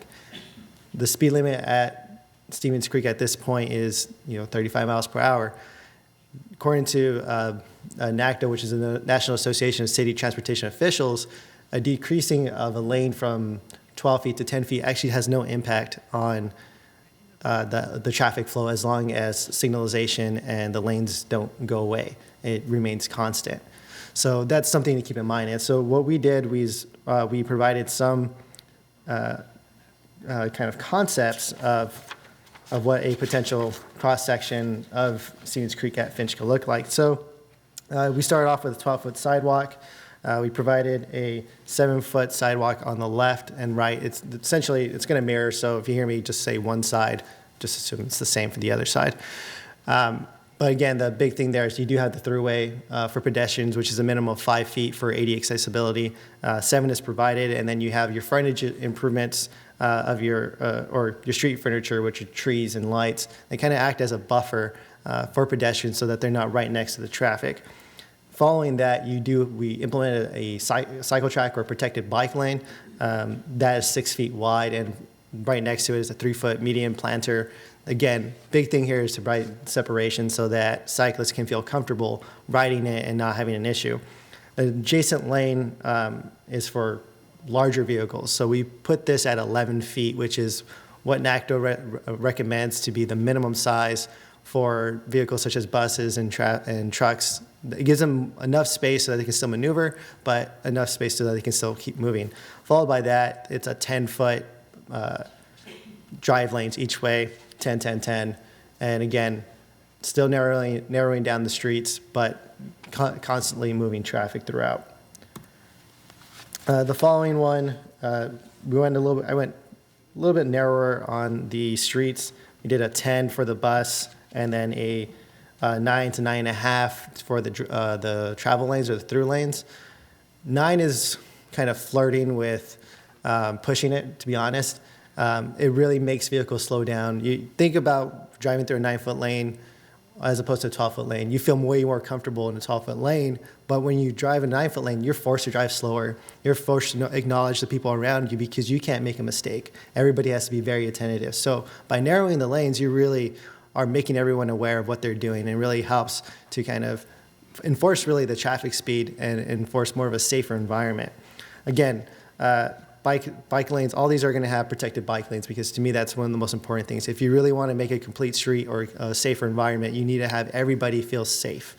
And so you have a safe sidewalk separated from vehicles, and you have a safe bicyclist separated from traffic with a 3-foot barrier. The next one, this one I just thought I would throw in there. It's a BRT system. The group before us kind of talked about traffic solutions. I did get rid of a dedicated lane on this one, but in the center is essentially a bus stop or transit stop so that people can actually take transit in and out. Again, this would be way out there, but if one day Cupertino became everyone wanted to ride transit, this would be something that they can do. I mean, you can get rid of a lane and still have 2 travel lanes and still provide adequate sidewalk and bicycle facilities. So this is kind of our preferred alternative. It's the last one. Again, we provided a 15-foot sidewalk. The throughway is 6 feet so that there's adequate space for at least 2 to 3 people to walk side by side. There's street furniture in the area between the sidewalk and the first curb leading into the bike lane or the protected bike lane. I did a little narrower buffer for the bike lane. It's 1.5 feet, but ideally it's still there. The big thing is to provide that separation, provide something, a physical barrier, visual barrier, so that the cyclist does continue to feel safe. And then I went with a 11-foot bus truck lane, followed by a 210 drive lanes and a 9.5-foot left turn lane with a 3-foot median in the center. Going on to McClellan and Bub, the existing conditions there, you have a 6-foot sidewalk with a roughly of a 5-foot bike lane and a drive lane that's 10 feet, and then you have the center lane, or what I like to call the suicide lane, of 10 feet. Moving on, McClellan and Bub have a roughly right-of-way of about 58 feet, give or take. This is one of the, this is kind of our preferred scenario, 6-foot sidewalk with a 5-foot bike lane that is protected with some sort of physical barrier, again, with a planter box in this instance, and 10 drive lanes for pedestrian safety, or for drivers to kind of get through. One of the things to note, though, is you can't just focus on the street. You want to get people in and out, but you also have to focus on the crosswalks. So crosswalks, if you look at this example, the good thing about this one is that it provides bulb outs. So bulb outs kind of help really show pedestrians, give them that sense of presence at an intersection, so you're not kind of coming out of nowhere on the street. You're standing there, you're out a little bit so that people can see you and really prepare for you in terms of crossing the street. The other thing here is there's an extra wide striping. So some of the videos you'll notice, people are walking back and forth. So you get into that awkward situation where, like, okay, do I go left? Do you go right? Okay, if I go left, I'm gonna be out of the crosswalk, so I might get hit by a car. So the idea is you make these crosswalks bigger, make them wider, enough to accommodate 2 rows of people. That way there's no issue with them passing one another. And this is just a big intersection. The big idea here is don't waste the space. You can do a lot with this kind of intersection. There's the bulb outs are implemented. There's cycle tracks throughout. The idea here too is with cyclists, you give them their own light. You let them give a little bit of a head start with vehicle traffic, because it takes a little bit longer for a cyclist to go through a traffic light as opposed to a car. You go 0 to 60 really quick, but I don't think a bicyclist can get to 60. And so one of the things we kind of wanted to talk about too was implementation. So for a conventional project, you get your concept, you do your outreach, you design it, you build it. That's it. With other strategy you can do is a phased interim design strategy. So you come up with a concept, you do some outreach, you get everybody's input, and you kind of figure out what's the best thing to do. There's a lot of things you can do, but one of the small things, really, interim installations or interim solutions, is provide a cheap measure. So it could be as simple as repainting the road and just seeing if that works. Repainting some lanes, narrowing them down, putting a temporary physical barrier in the bike lane just to give that impression that, let's see if that works. If it doesn't work, then you go back and you can redesign it and see if if you can come back with a better idea. But if that works, then you can move on to the construction phase, and you don't have to go back at square one. You already know what worked. You already put something in temporary place. Now you're beefing it up and making sure that it stays and everyone's comfortable with it. In closing, so the big thing is safety is the number one priority. No community is equipped for more memorial shrines, and Cupertino is no exception. But you should also remember that, congestion, frustration, and there's danger involved. But there's not one size fits all solution. There's a lot of things that go into considering making a street safer, making the area safer for all the schools. To us, one of the big things is to implement complete streets. You can't just design for one thing and forget about the other. You can do a bike plan, but what are you doing about your sidewalks? What are you doing about your drive lanes? It has to be a comprehensive thing. That way, you're not leaving any one mode of transportation out in the cold. It has to be a comprehensive plan. Again, interim designs really help to kind of show that change. There was the city of Morgan Hill in their downtown. They did something where they got rid of lanes all completely, and then what they did, they just painted stuff over, and it worked for the most part. They got pushback from schools or from parents, I should say, because they were using that road to get in and around the drop-off point. So there was a little hostility with that, but yeah, that's a fun little story. But the big thing, it's a cultural change. Really, I mean, you can put all these things in place, but if you're not willing to commit, as a group, as a culture, society, to say, hey, it's important for everyone to be able to get around safely, to have these bicycle amenities, to have this, this wide sidewalks everybody can get through, to beef up our intersections to make everybody safer, then it's not going to happen. And so we just provided some solutions or some temporary, interim design strategies to see what works, and we hope that something like this can happen here. And that's it. All right, any questions? Now, on your slide that you had for the bicycle infrastructure, now, isn't that, it's a catch-22, I know, where you're putting the vehicle out more towards the street. I don't need no mic. I can hear you. If you're opening the vehicle door, now the door is wider than a bicycle, so you're opening it more out into the traffic. And if you're happen to be bringing out a package or bringing out a baby, you're going to need that full space. So that's putting you more into the traffic. Right.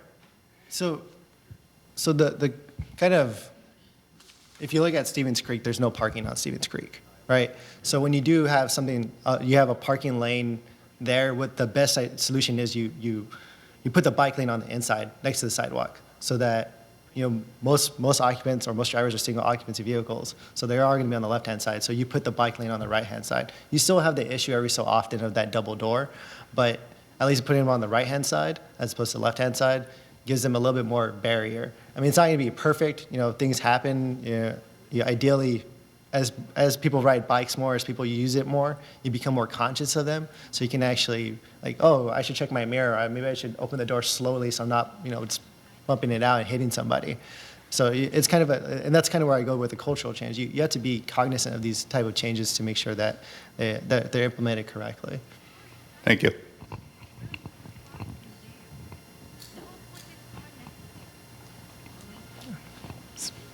Your next time. Did you have a specific recommendation for the intersection that we saw in that video? So that was the second. We have. So for the street design, we do. So the second slide, the first slide showed what it was, but the second one really was to give that protected lane again. So there's not as much cars. The idea if you use bicycles and you make the pedestrians safer, more cars wouldn't be there. Besides just the bike lane, did you guys think about stop signs for that crazy left turn? So, we didn't really look at stop signs. The best thing would do is, because then you get into traffic flow. When you start adding in those kind of barriers, then you have to think about, well, is this going to implement traffic flow? And so we didn't want to get into that analysis because I'm not a transportation engineer. I don't know how that's going to affect it. But that's definitely something like stop signs, protected turns, is something that obviously that intersection could probably benefit from. I'll just add, as someone who goes through that intersection every day, generally there's a crossing guard there. for the elementary school kids, but they leave promptly at 9:05, not 9:04, 9:06, 9:05 they leave. What happens then sometimes with the high school kids when they go through, there's that issue. I think a lot of the residents, when we've talked about it, is it'd be nice to have a sort of a stop sign there. What happens then, you slow the flow of traffic on McClellan, so there's a trade-off. But in the morning, definitely it could really use a three-way stop. Okay, we have one final question. I have a question about alternative drop-off points, and I think maybe I think Jerry talked about it, and also Melina, since it relates somewhat to Cupertino High. My kids, when they went to Lawson Middle School, I would drive them in. It would take a long time, and at some point the school gave alternative recommendations, including dropping off in the neighborhood, like a block and a half away, so more like an ad hoc drop-off point. And that's actually what I do now. I have one of my daughters does not drive to Cupertino High. I drop her off at Barcelona. Melina will know where that is, and turn her around. But beyond encouraging, I don't know if there's options to do that around that area, several blocks away. Also, more formal drop-off points. Melina, because I don't use it, I'm not really familiar. I think at Cupertino High there are areas where they encourage people to drop off their kids. I heard at one point, like the bank was complaining about drop-offs and so on. So my question is basically, what do you find works in terms of established drop-off points away from the campus? Can those be encouraged by the schools? And I'm not sure if in the Cupertino High area or the Monta Vista area, are there actually places where they could, set up almost a small mobility hub or something, where they would have, like, say, a circle, a traffic circle, where you just drop off and then the kids walk 2 blocks. So I'm just interested in that because it has worked for me on an informal basis, and if that can be encouraged, if you just had any comments. Yeah, at Cupertino High School, we do have one main alternate drop-off, which is on Tilson Avenue, and it actually there's parking spots in that area that are diagonal spots because of the stadium. And in the morning, there's never anyone parked there because there's not a football game or something going on. So that's a great spot. The problem is, for what we hear from parents and students, is it's quite a long walk. So for kids who are getting there just at the right time, unfortunately, which is, we've studied, it really is, there is a sweet spot of time between, our first bell is at 7:30, and the 7:25 to 7:37 is the worst time. So even if you're just there at 7:21, you can easily come in and not have really any traffic. But so that's the problem that we have. We have, Main Street Cupertino has agreed to allow our families to drop off over there. The problem is that, I don't know if you saw in the picture that James shared from the Google Images, the crosswalk there is not on all 4 areas. So students have to cross on the opposite side, so they are already on the west side of Finch. So then they cross where there's a stoplight, and then they walk all the way up because they don't think to cross right there where there's another stoplight to get to the correct side of the street. So they walk all the way up to the crosswalk that doesn't have a stoplight. We do have a crossing guard that we use in the morning that helps with that. But once again, it's not ideal. So I think that some of the things that could help with that are, like you're saying, I think it's possible. I think it's a definite shift in what our community is used to. And especially, like this year has been especially bad with all the rain. Every day that there's a rainy day, traffic is way worse because kids don't want to walk or ride their bike in the rain, which is understandable. I mean, I don't want to show up at work all soap and wet. So, but we have tried to do some of the things, not completely the clockwise issue, but we have tried to do what kind of like a clover leaf into our 2 drop-off areas that are in the front of the school, where we would have sent out messages and have requested for the students or the parents to only, if they're turning into the main drop-off, that's only supposed to be a left turn, and then when they leave, they would exit right, so they kind of like keep the flow of traffic. And then the other, if you're going to do a right turn, you have to turn into what we call our pool lot, which is the lot on Finch that has solar panels over it. And then they would do a left turn, so it kind of keeps the flow moving. Once again, though, you know, one family that once someone says, oh, well, actually, I've got to go the other way because this is the direction I'm going, then everyone follows suit. And it just kind of keeps going like that. I don't know if I answered your question fully, but. I have one more question over here. This is Mayor. I have a dying question to ask. The physical separation with the planter box, that's a pretty good idea. I read quite a few, but I haven't seen one, but your presentation is good. What would be the price tags for the planter box to keep it up? Well, I didn't check any price points, but there are interim design solutions where instead of putting a planter box, you just put extra striping. So instead of putting the 3-foot planter box, you put a 3-foot striped lane. So kind of checkered.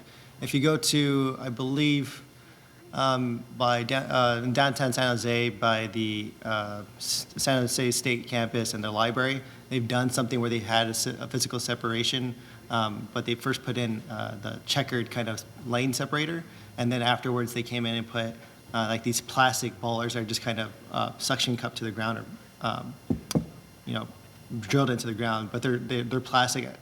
I honestly don't know the price of it, but it shouldn't be too expensive. I think the concrete physical barrier, that's the more, intensive cost of that. Okay, thank you.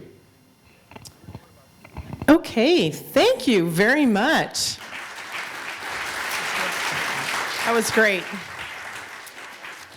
I want to thank all of the groups. My goodness, these were probably the most detailed and extensive projects that we have had in the 6 years that we've had this program. So there was definitely a lot to think about. There was a lot of information presented today. But now you can all breathe, right? It's all over, your group project. And now I want to bring up Min Lee. Oh, Min is behind me. Okay, he's snuck up on me. And Min is going to be presenting the certificates of completion for this program. As you all know, this is a 9-month program. It spans 10 class sessions. These are typically all-day sessions. And the class has the opportunity to get out into the community. They are visiting various sites, and that was our intent in this program, is not to be sitting in a classroom setting, but to get the participants out in the community so that they can actually have an understanding of what's happening at the schools, what's happening in the city, what's happening at the Sheriff's Training Center, what's happening with Santa Clara County Fire. So they're actually getting out and traveling and moving around the community. So it's been an exciting year, and I want to thank all of the participants that have taken part, as well as all the partners that have allowed us to visit their locations. I'd like to acknowledge that we have Sheriff Lori Smith here, and Santa Clara County Sheriff's Department has been extremely cooperative and helpful in allowing us to take part in our First Responders Day. We go out and we visit one of their facilities along with Santa Clara County Fire, so we appreciate that a lot.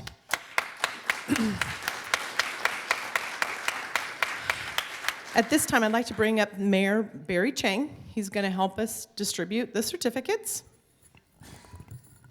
So I'm just so proud of the project work that you all have done, especially the presentation was masterful today.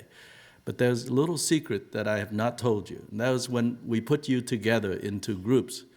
We were rather devious. We put different personalities together in the same group. We actually expected that you would have conflict.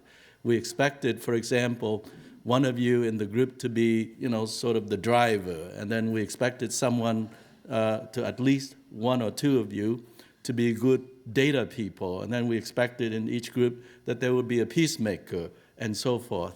And you've done it. You've crossed boundaries, you've shared backgrounds and expertise, you collaborated. That's the number one skill in community leadership, right? There was as far as I know, there were no yelling and screaming, and there had been no fist fights in your work. It's wonderful. So congratulations for that. You're now graduate, and His Honor, the Mayor, is going to help me present the certificates of completion in community leadership. There's one individual that needs to rush off to his duty today, so we're going to do him first, and that is James Jensen. Now, come on up, James. While he's coming up, I'm going to tell you a little bit about him. He is a person who's strongly motivated to be the best father, husband, and friend, and to do the right things in life, even if those decisions bring difficult challenges to him. His self-awareness, courage, and integrity makes he a leader that people want to follow. This is James.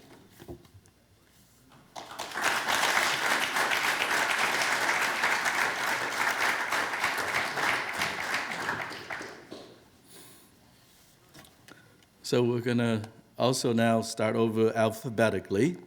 So, Aman Bella, please come up.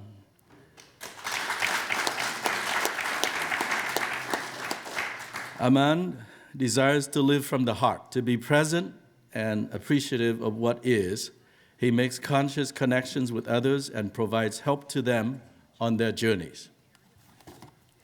Congratulations. Thank you very much.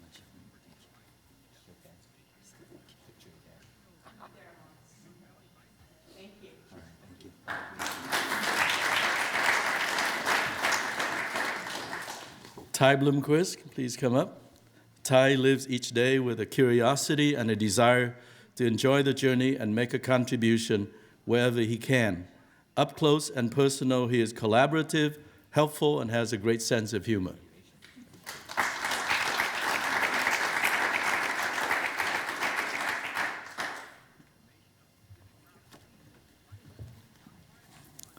Mosey Hill.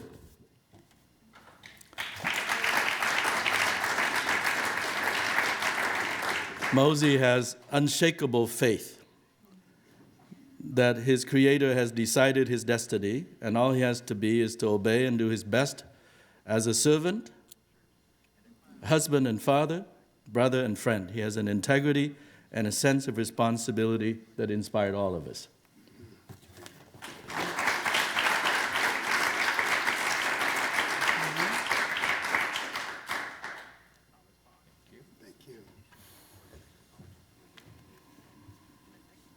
Amit Kakani. Amit is committed to positive values and motivations in the workplace, in the community, and with his friends and family members. Our healthcare sector and our community are better because of him.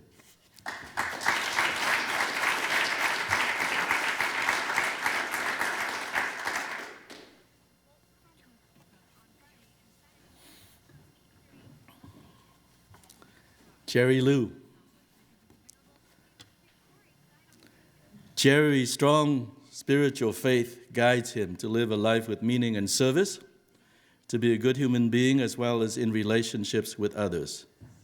A truly authentic leader. Jerry.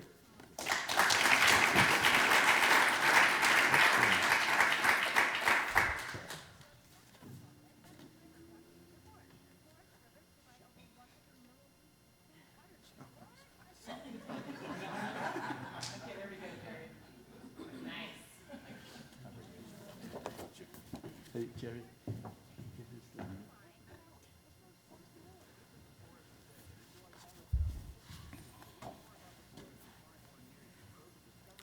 Leslie Maines.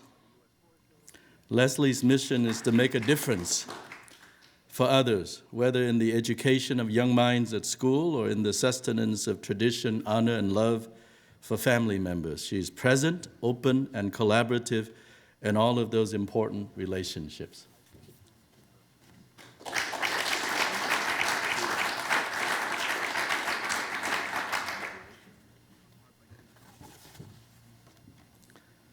Melina Nefrada. Melina's goal is to give more than to receive and to serve others with a warm heart and a clear mind. She builds up people in her work at school, in the community, or at home with family and relatives.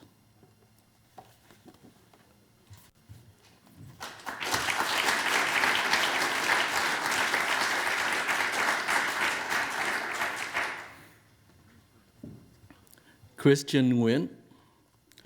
Christine is in the business of helping others, and her values are completely in alignment with this work. She values true friendship and guidance from others, and will always be devoted to her roles as mother, wife, and as mentor.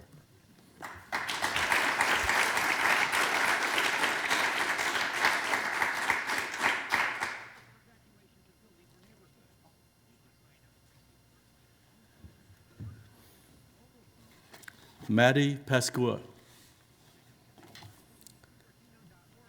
Maddie wants to grow, share, and to promote social change and choose love over fear. She has a great mind and a big heart, and we'll look forward to seeing her make more impact on the community in the near future.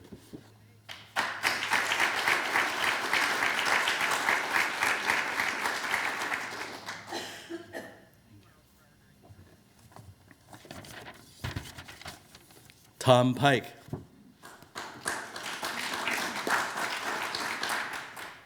Tom is a good and kind father, husband, friend, and community member who values integrity and justice and holds those values in his vision for a better future.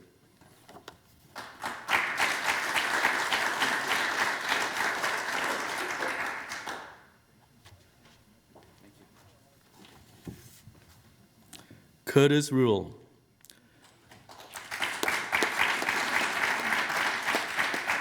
Curtis is positive and caring at home, at work, and in the community. He tries to change what he can and accept what he cannot. A good friend, a wonderful family member, and valued community member.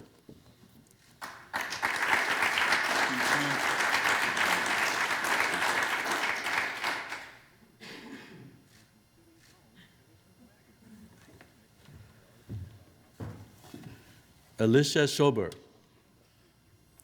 Alicia is driven to be the best she can for herself and others. Her powerful desire to make meaningful contributions and her focus on growing in heart and mind means we're going to be hearing a lot more about her in the future.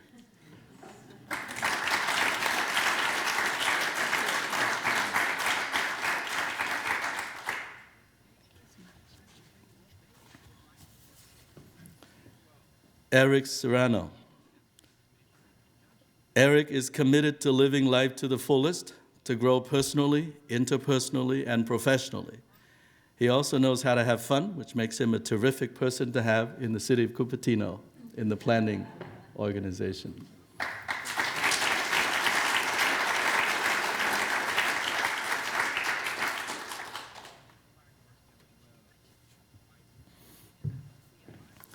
May Su. May cares about people and is motivated to help them be their best. She values honesty, integrity, intelligence, courage, and autonomy. And good things tend to happen when she's around.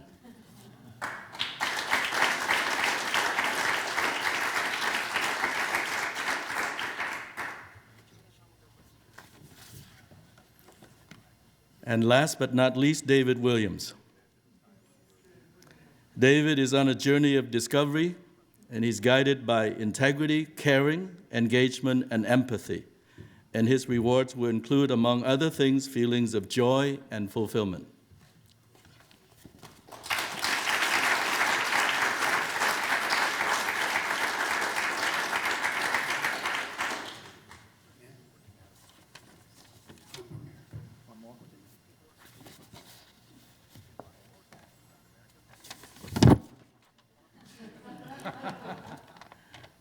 Fletcher Dobbs.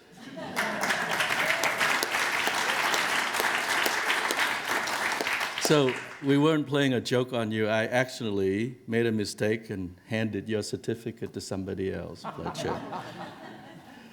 So Fletcher has a positive perspective about life, which helps him achieve success and happiness, and does his best to help others do the same through collaborative relationships.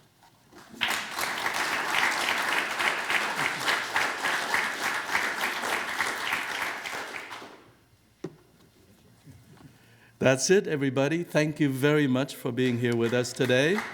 Congratulations to all the graduates. looks like we have about 20 minutes for lunch, and then all the graduates, our session in the afternoon starts at 1:15 in the lobby. Christine?